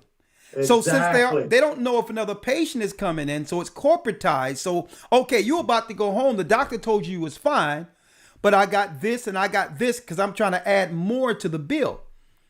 Now, they may be trying to add more to the bill, but suppose that have a side effect that keeps a person in a hospital 2 or 3 extra days. Now, they have a longer stay, And this is why people have to realize, yes, what's in the hospital, elders, will help you. But you have to know the help you're going for. And I believe that's the reason that brother is home right now. Okay? Because he didn't allow something to go into him to a degree where it would have been told to him, listen, you have to stay in the hospital now.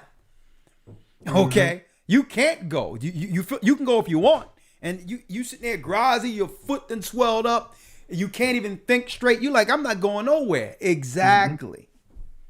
So the whole thing is people have to stop, because I don't know what's going on. I know that when it happened to me as a kid, when I remember a dark-skinned lady shooting me, I had to get my regular schedule or whatever the case is, and I couldn't breathe. And at that time, I was diagnosed with asthma. And I know it came from that because I had to go to school or whatever the case is. And when it happened, I knew exactly where I got asthma from. And then when we went back to the doctors try to claim that, well, no, sometimes it's genetics. You never know, blah, blah, blah. And I'm like, I know that when that woman gave that to me, I got asthma. So I'm saying that to say this. Who knows? It seems like more and more people are coming down with asthma type symptoms. So being that I grew up fighting asthma, I could relate. I know what it is out of nowhere to feel that I cannot breathe. Now, the person who've never gone through that for the first time, and who knows what's being aerosols or whatever around here. And now for the first time, you walking around and you can hardly breathe because you don't know what an asthma attack feel like. And now here it is. That can cause shock in any person. They'd be like, well, hold up, man. I can't breathe. Do I got the this or do I got the that? But sometimes you have to stop the panic and realize probably to some degree what you're experiencing, asthmatics go through all the time.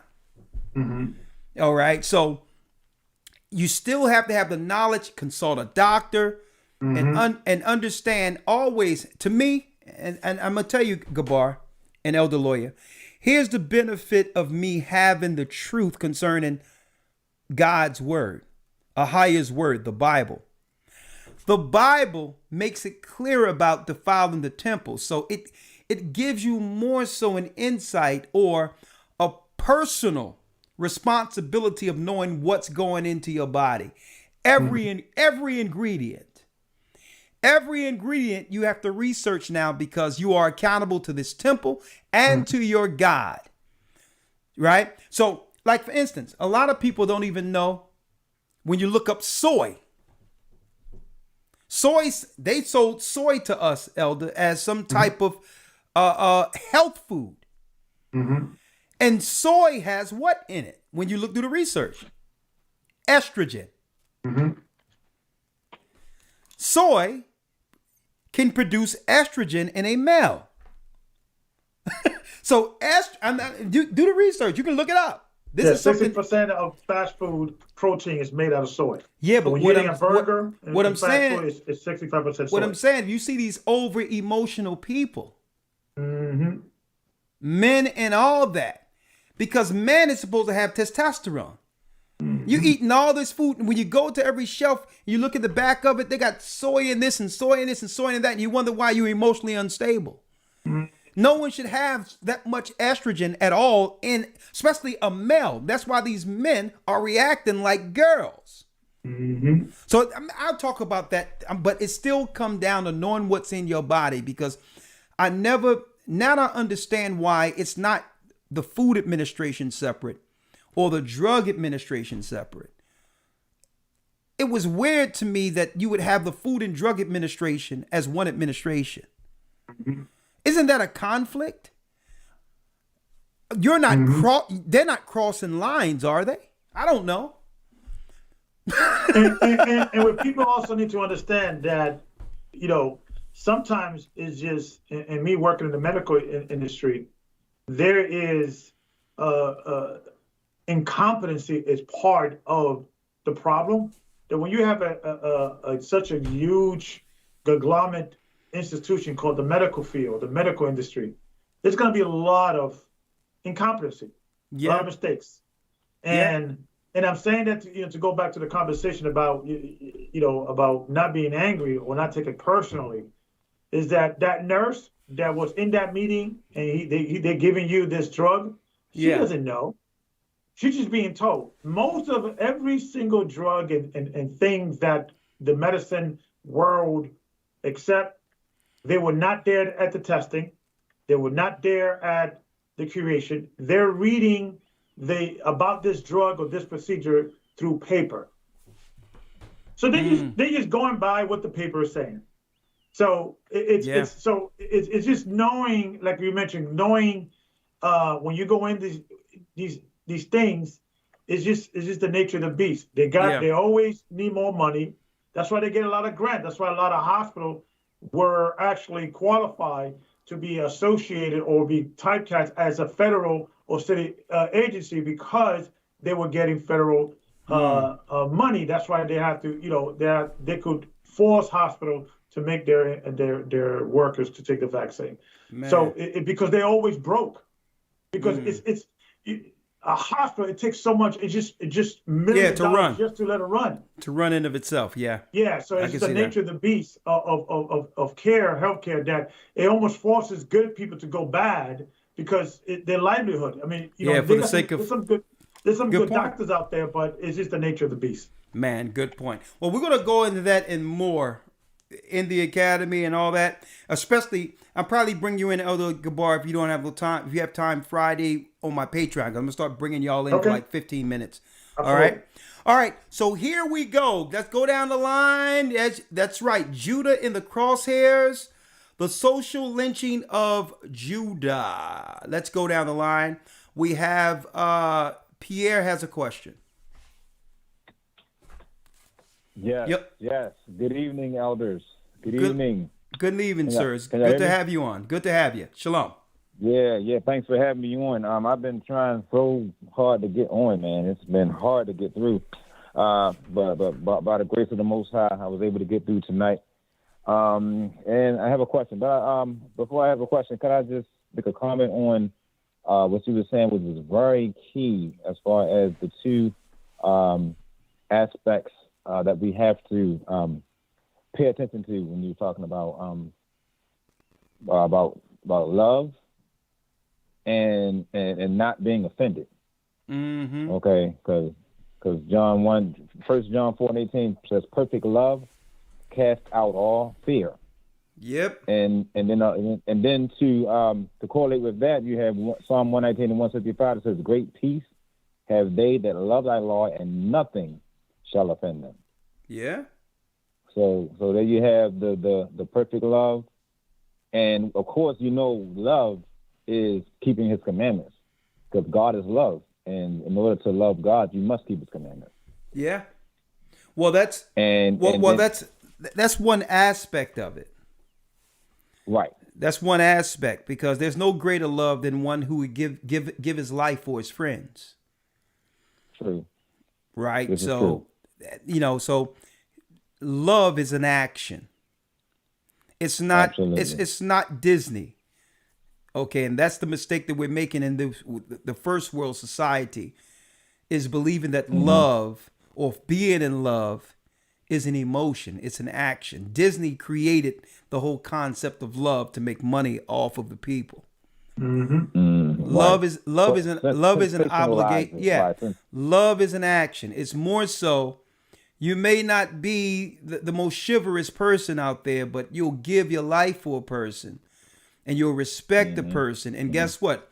If you have the love of Christ, being austere and all that, hey, you may not be bringing flowers every other day, but guess what? I bet you that person, when it all goes down, they'd rather be around you than someone that's just dealing with the romance factor that was created in this world. Love is an action. Yes, absolutely. But go on. I got a few more calls, but go ahead. I'll let you finish up, and then I got a few more. Come on. Okay, cool. My question is in reference to the workplace. What I'm dealing with on the job now, in reference to the vaccine, and basically, I was approved for an exemption, for religious exemption. Okay, and so the religious exemption covers the COVID-19 vaccine, but they're still trying to enforce the flu vaccine. Okay. So my thing is, the whole thing is this. Same thing? It's the same thing. The bottom line is this: a religious exemption is a religious exemption. Right. Even when it comes to tests, and you can submit a religious exemption for anything that violates your core beliefs. And outside of, let me make it clear, outside of the agreement of the contract concerning your responsibility to the duties for that job.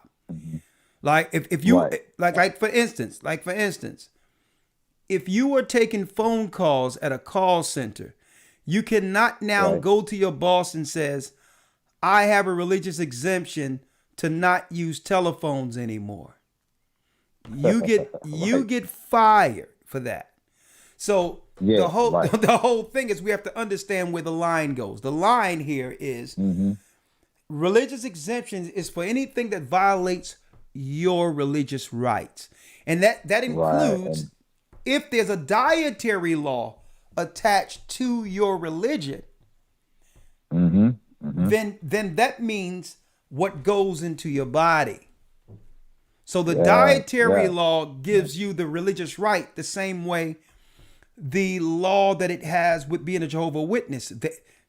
That's right. They shun what? Blood transfusions because it's against their religious beliefs. That's a medical procedure that could help them. True. But Jehovah's Witnesses don't do blood transfusions. And that's their religious beliefs. So, but you exactly. So you have to understand. So it doesn't matter. You saying flu, whatever. It doesn't matter what that is. You have to understand what your religious practices are. Right. That's supposed to be protected on a job. You have to determine that with what religion you follow, and the dietary laws that come with that, and you will submit that to anything that would violate your religious protections. It doesn't matter what they say it is from one thing to the next. Right. As long as you can hold up. As long as you can perform the original duties agreed upon. That's what it's about. You cannot have a religious right not to do your job. Okay? No, definitely not. Okay. Yes. Well, let me get to the next call, brother. All right. Could I have someone call me? Because I had a issue that I'm dealing with. I'd like someone to call me offline to kind of deal with. Where do you live? What city and state?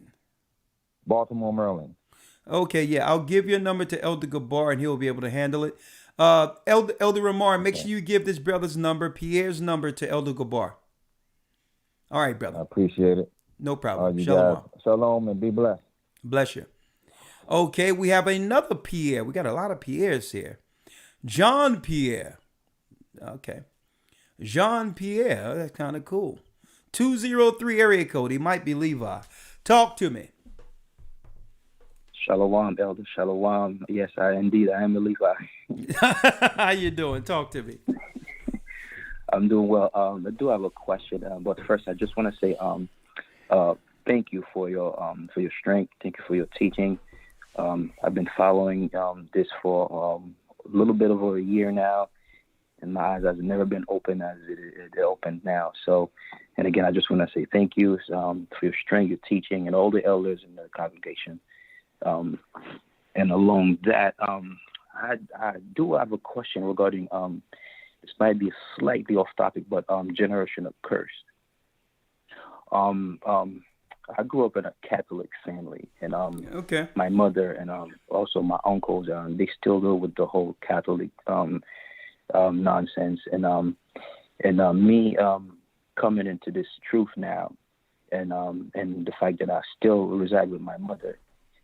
Just wondering, could there be a stronghold there based on the stuff that they still worship and the Sunday Mass and then the rosaries and all that, and me being part of that, and with this understanding, could there be a stronghold as far as me going into that direction?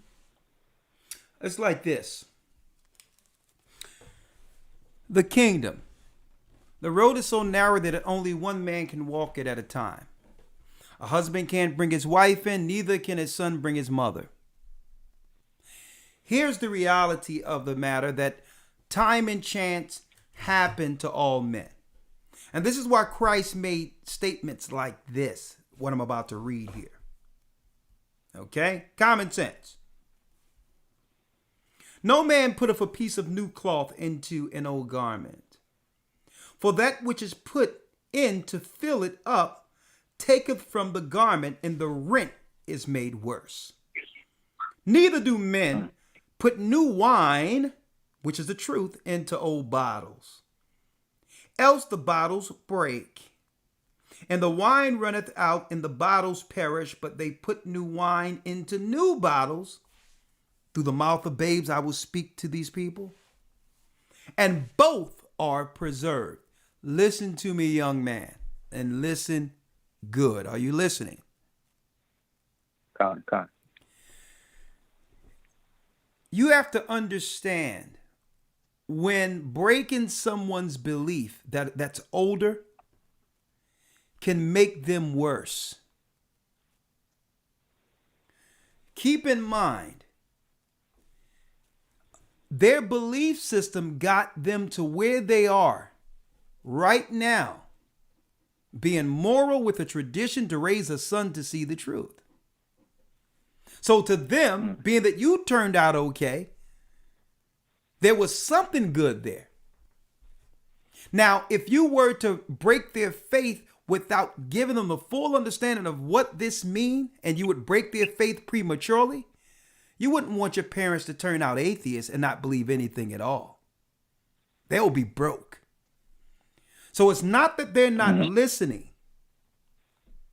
It's not time yet. So you have to be a man of wisdom to understand how not to break the people you love for an opportunity to bring them in when it's time. The Bible teaches us about what? About those blessed eyes that can see while others were blinded. You can't make someone see that can't see. Okay? And you can't frustrate the matter. The Most High awaken you in this time so that you can see for them. So what you need to do is respect and honor your parents, and know that if you were to pull the only thing that they've been holding on from up under them, it will break them. The best way to do this is to treat them as if they have the truth, with the laws concerning honoring your parents, and don't frustrate them, and be patient with them. And eventually, I've known many parents, when their children deal with them with wisdom, came around. It ain't up to you. Right now, you're dealing with a lot of passion, because I know what that is to get this truth. And it's the only thing that exists because it's the truth. But brother, it's the truth for you. And it's for you right now to grow the wisdom of how to deal with your parents. Got it? Got it, Elder. Got it. All right. Older generation leave us household is a whole different beast. I'll tell you. Well, listen, brother. Let me tell you. Listen. If my mother can come around, I will tell you. Don't forget, we got generations of pastors coming straight off the slave ships. My grandfather, my mother's father was a Baptist pastor who knew the Bible and learned it through Braille, being blind. If my mother can come to the knowledge of this and don't eat pork, shrimp, crab, and lobster and all that, and now look at our videos and in the understanding, guess what? There's hope for everyone.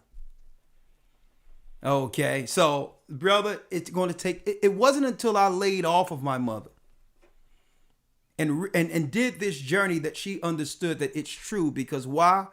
Children are fickle.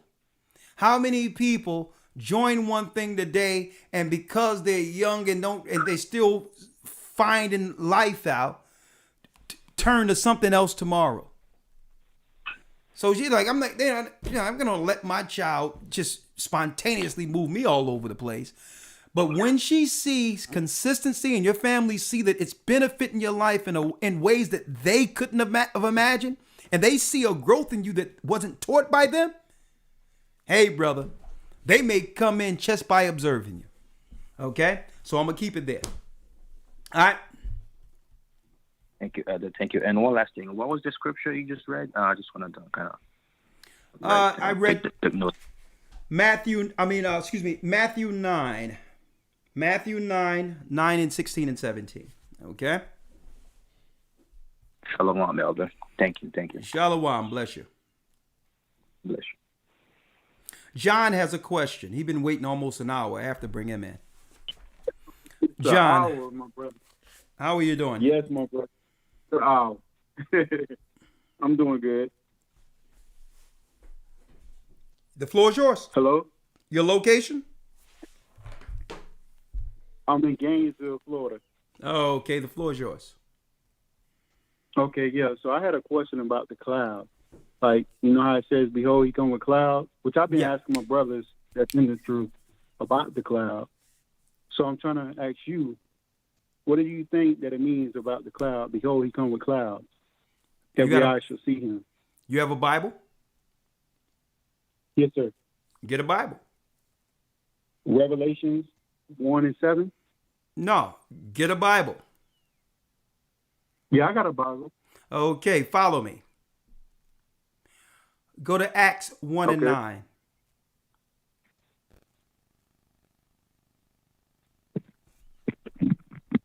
Acts 1 and 9. Okay.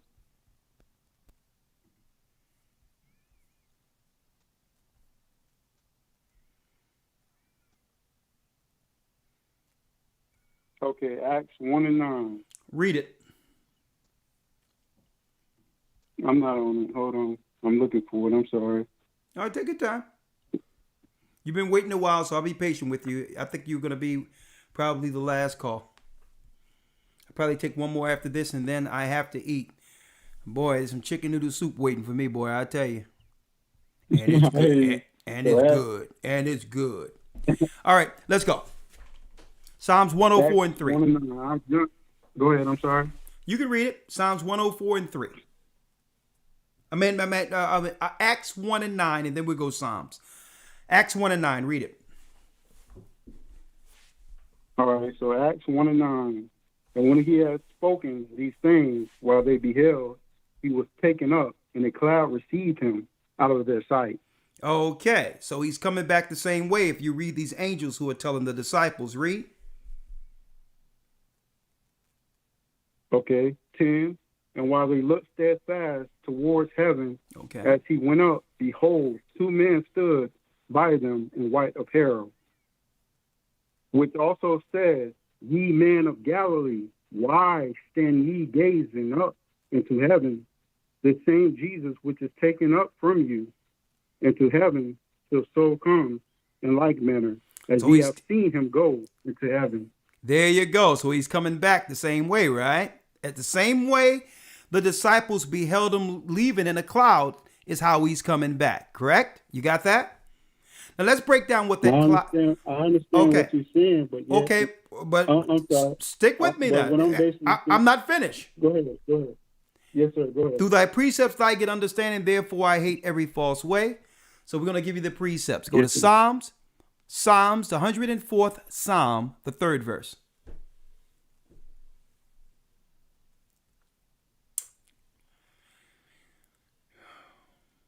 Okay, Psalms 104 and 3. 104 Psalm. Who layeth the beams of his cherubims in the waters, who maketh the clouds his chariot. His what? Who walk upon who make the clouds his chariot. So chariots were, hold up, take your time here. Chariots were the vehicles of old time. So something to travel in, right? Read. Correct. Like, go ahead. Finish reading. I'm sorry. Who walk upon the wings. I'm sorry, upon the wings of the wind. Who walketh upon the wings of the wind. Something flying.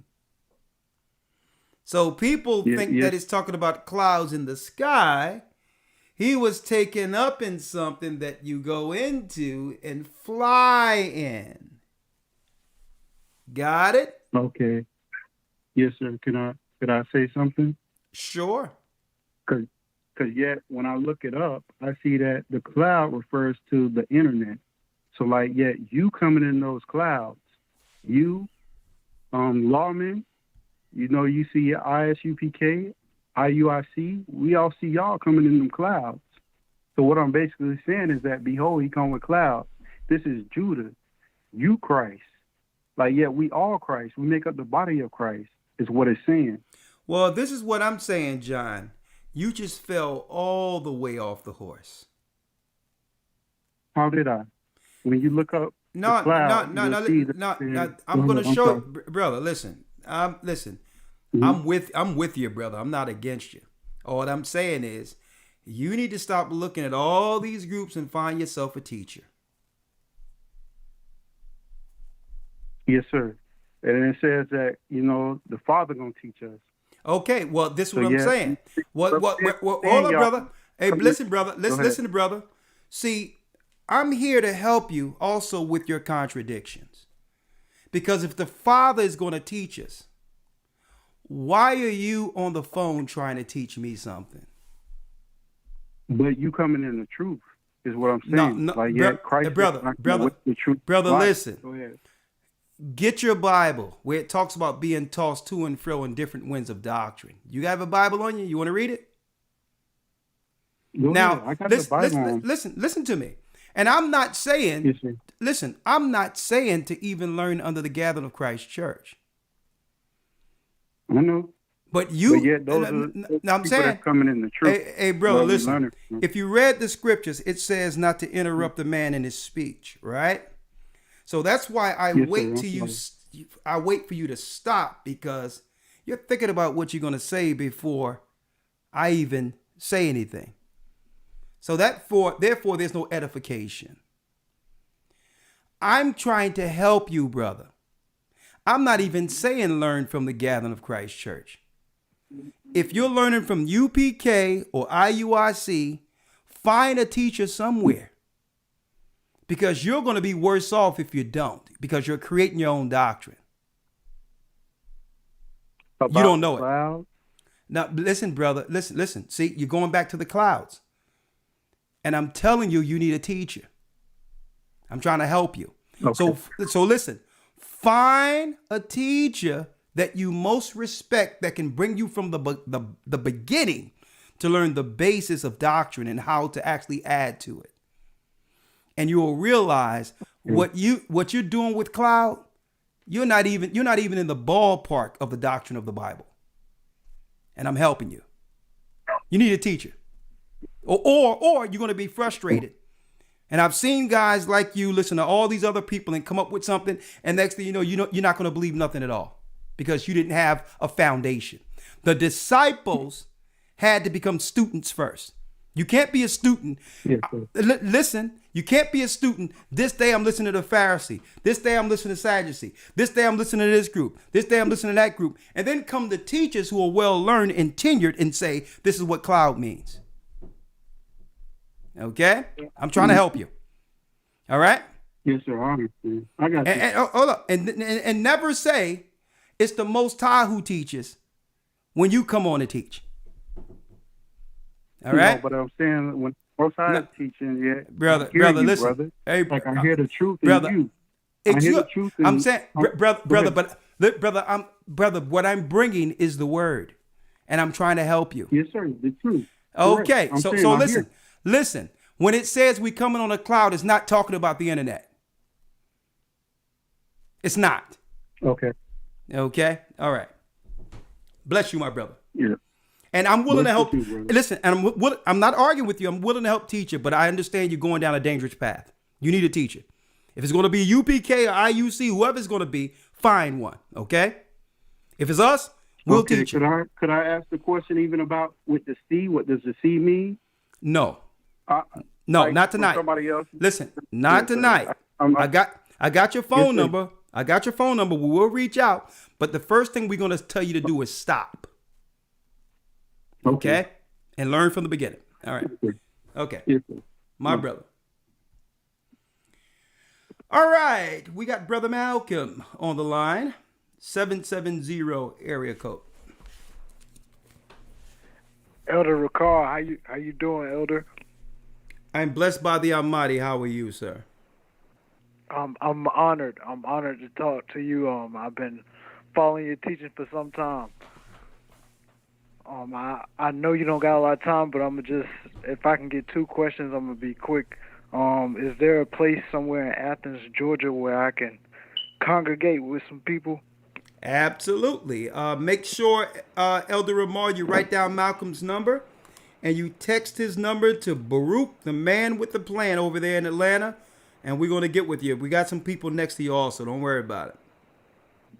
Could you ask him to give me a call, because this a landline I'm calling off of. Okay, so this is the only line you can be reached on?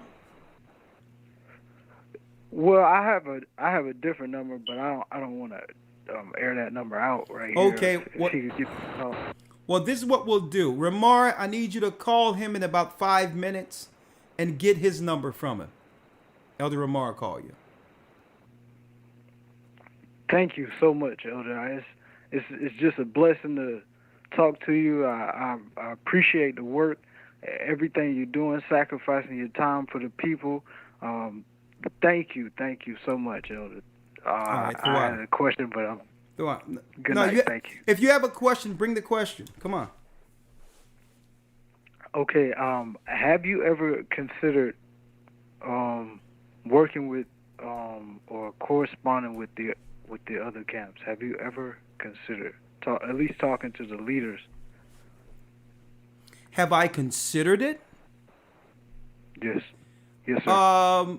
Yes, I've considered it, and I think that one of these days that will happen. But it's not time now. Absolutely. All praises. Thank you for everything. All right. Okay. Bless you. All right. Let me read something real quick while I put this brother on the phone, so I can give people, edify and give brothers and sisters the reason why. Because some people might think that I was being a little abrasive. Folks, if you think that I'm abrasive and what we're doing is abrasive, none of us could have withstood some of Christ's interactions. Okay, the way I interact is quite soft compared to how Christ dealt with people. Best believe. And I'm going to give an example here. Imagine a guy come up and saying, well, listen, I want to follow you, Christ. All right, give me all. Then Christ tell you, okay, sell everything you got being rich and give it to me and be broke right now. Come follow me. Just imagine that.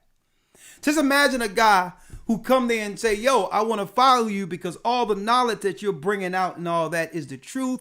Man, But let me go back and real quick. I got to go to the funeral. I have to bury my father.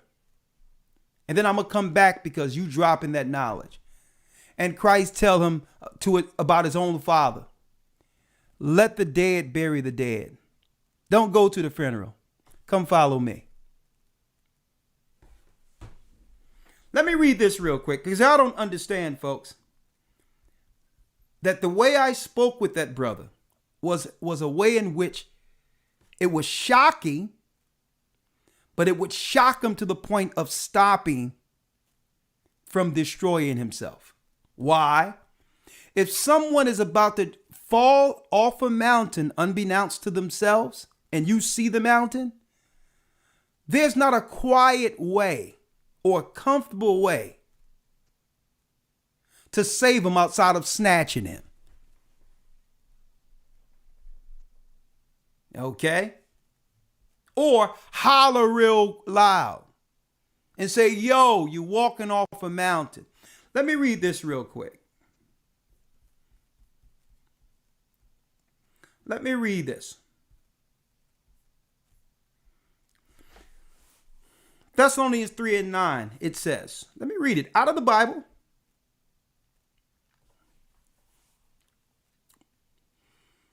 But avoid foolish questions and genealogies and contentions and strivings about the law, for they are unprofitable and vain. A man that is an heretic after the first and second admonition reject. The Bible says after twice, you have to talk to somebody and try to bring sanity into the conversation. Reject them altogether. A man that is an heretic after the first and second admonition reject. Why?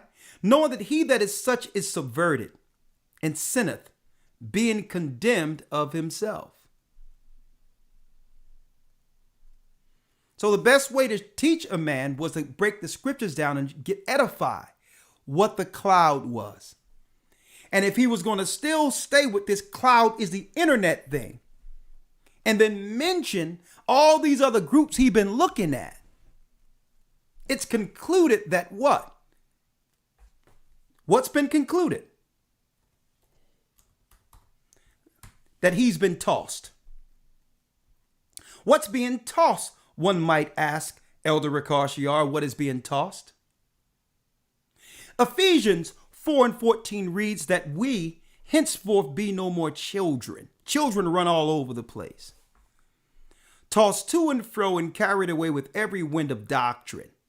UPK, GOCC, IUIC. I didn't tell him he had to follow us. He'll be better off, no matter who he respects, if it was one of those groups, learning a foundation to grow from. Because when you learn a foundation, you'll come to the knowledge to know whether or not what they're teaching is wrong by progressing and growing with a foundation. That we henceforth be no more children, tossed to and fro and carried about with every wind of doctrine by the sleight of men and cunning craftiness, whereby they lie in wait to deceive. If this man tell me that Christ has come already through the internet using us, he's making us an accomplice with his madness. And if he can tell me this, then what is he telling other people outside of us? Well, in the Bible, it teaches of those who was teaching a false doctrine that what? That the resurrection has already come. See, I have enough understanding to know when someone is saying that Christ has came already. He's on the internet through IUIC and the Gathering of Christ Church. I knew that when he said it. But I had enough patience not to be here where I am now, to teach the young man that he need a foundation. And a foundation isn't wrong. If it's with IUIC and he more so amongst what them or UPK, whoever it is, but at least they'll teach a discipline to build on. As he grow in the doctrine and learn the word of truth, Eventually, when he grow into that doctrine, he'll be able to discern, to know, well, okay, they've taken me as far as I could go, but I see something here that conflicts with Christ and Christ's doctrine. But he's not going to go too far believing that Christ have came through the internet. And that's when somebody is walking off a mountain, you got to grab. Okay?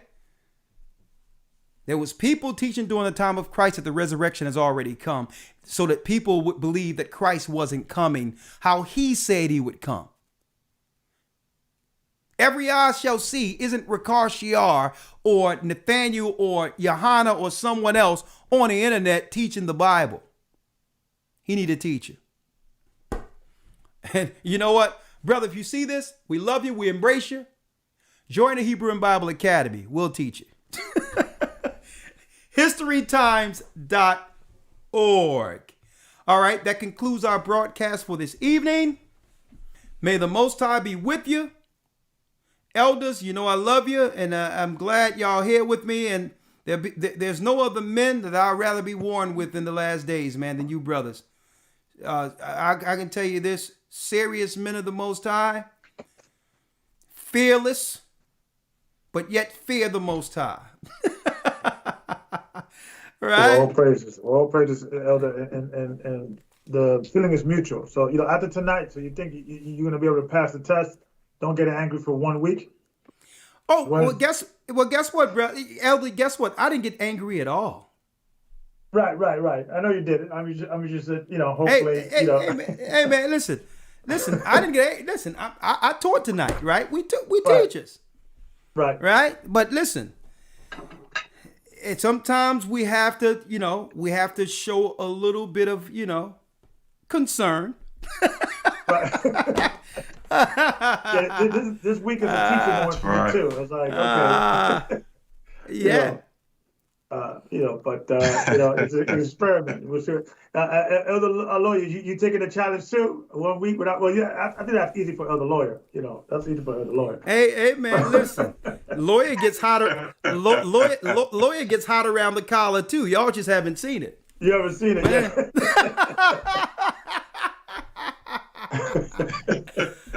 Yeah.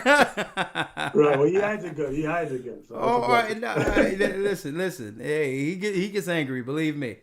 With that, But anyway, hey, I'm down with it. I will not get angry for a week. Right. I mean, it's going to be hard. Let's do it. That means I have to take. You know what that means? I have to take minimal phone calls. I can't be taking too many phone calls. Do not call me with this stuff, y'all. Right. Y'all call me in 5 minutes.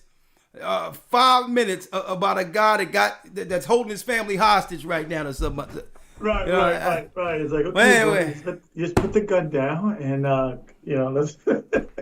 So I'll pray for you, Elder. Please pray for me. It's gonna be the longest week of my life, probably. Yeah, Elder, man. I told the brother not to go to her house, man, and he's there, man, and they held up. Do not call me with those issues. Right. After Wednesday. All right. Don't call me about to go to the hospital and all this other stuff. I was up all night, man. I didn't want to show it, man. But man, I got something in my heart for that brother, man. I'm like, no. I prayed, and I'm like, listen, I'm gonna be there until this brother is home talking to me. So that was my night last night, and I was focused. When it's come to focus, elders, you want me focused like I was last night. They wasn't gonna take my brother. But anyway, with that, shalom. Stay prayed up, sin not. We will soon see Zion. That's right. Bless you. Shalom, Elder. Bless you. I was lost, but now I'm found. I'm a child of Israel. I heard the sound. Please give me the strength to stand day.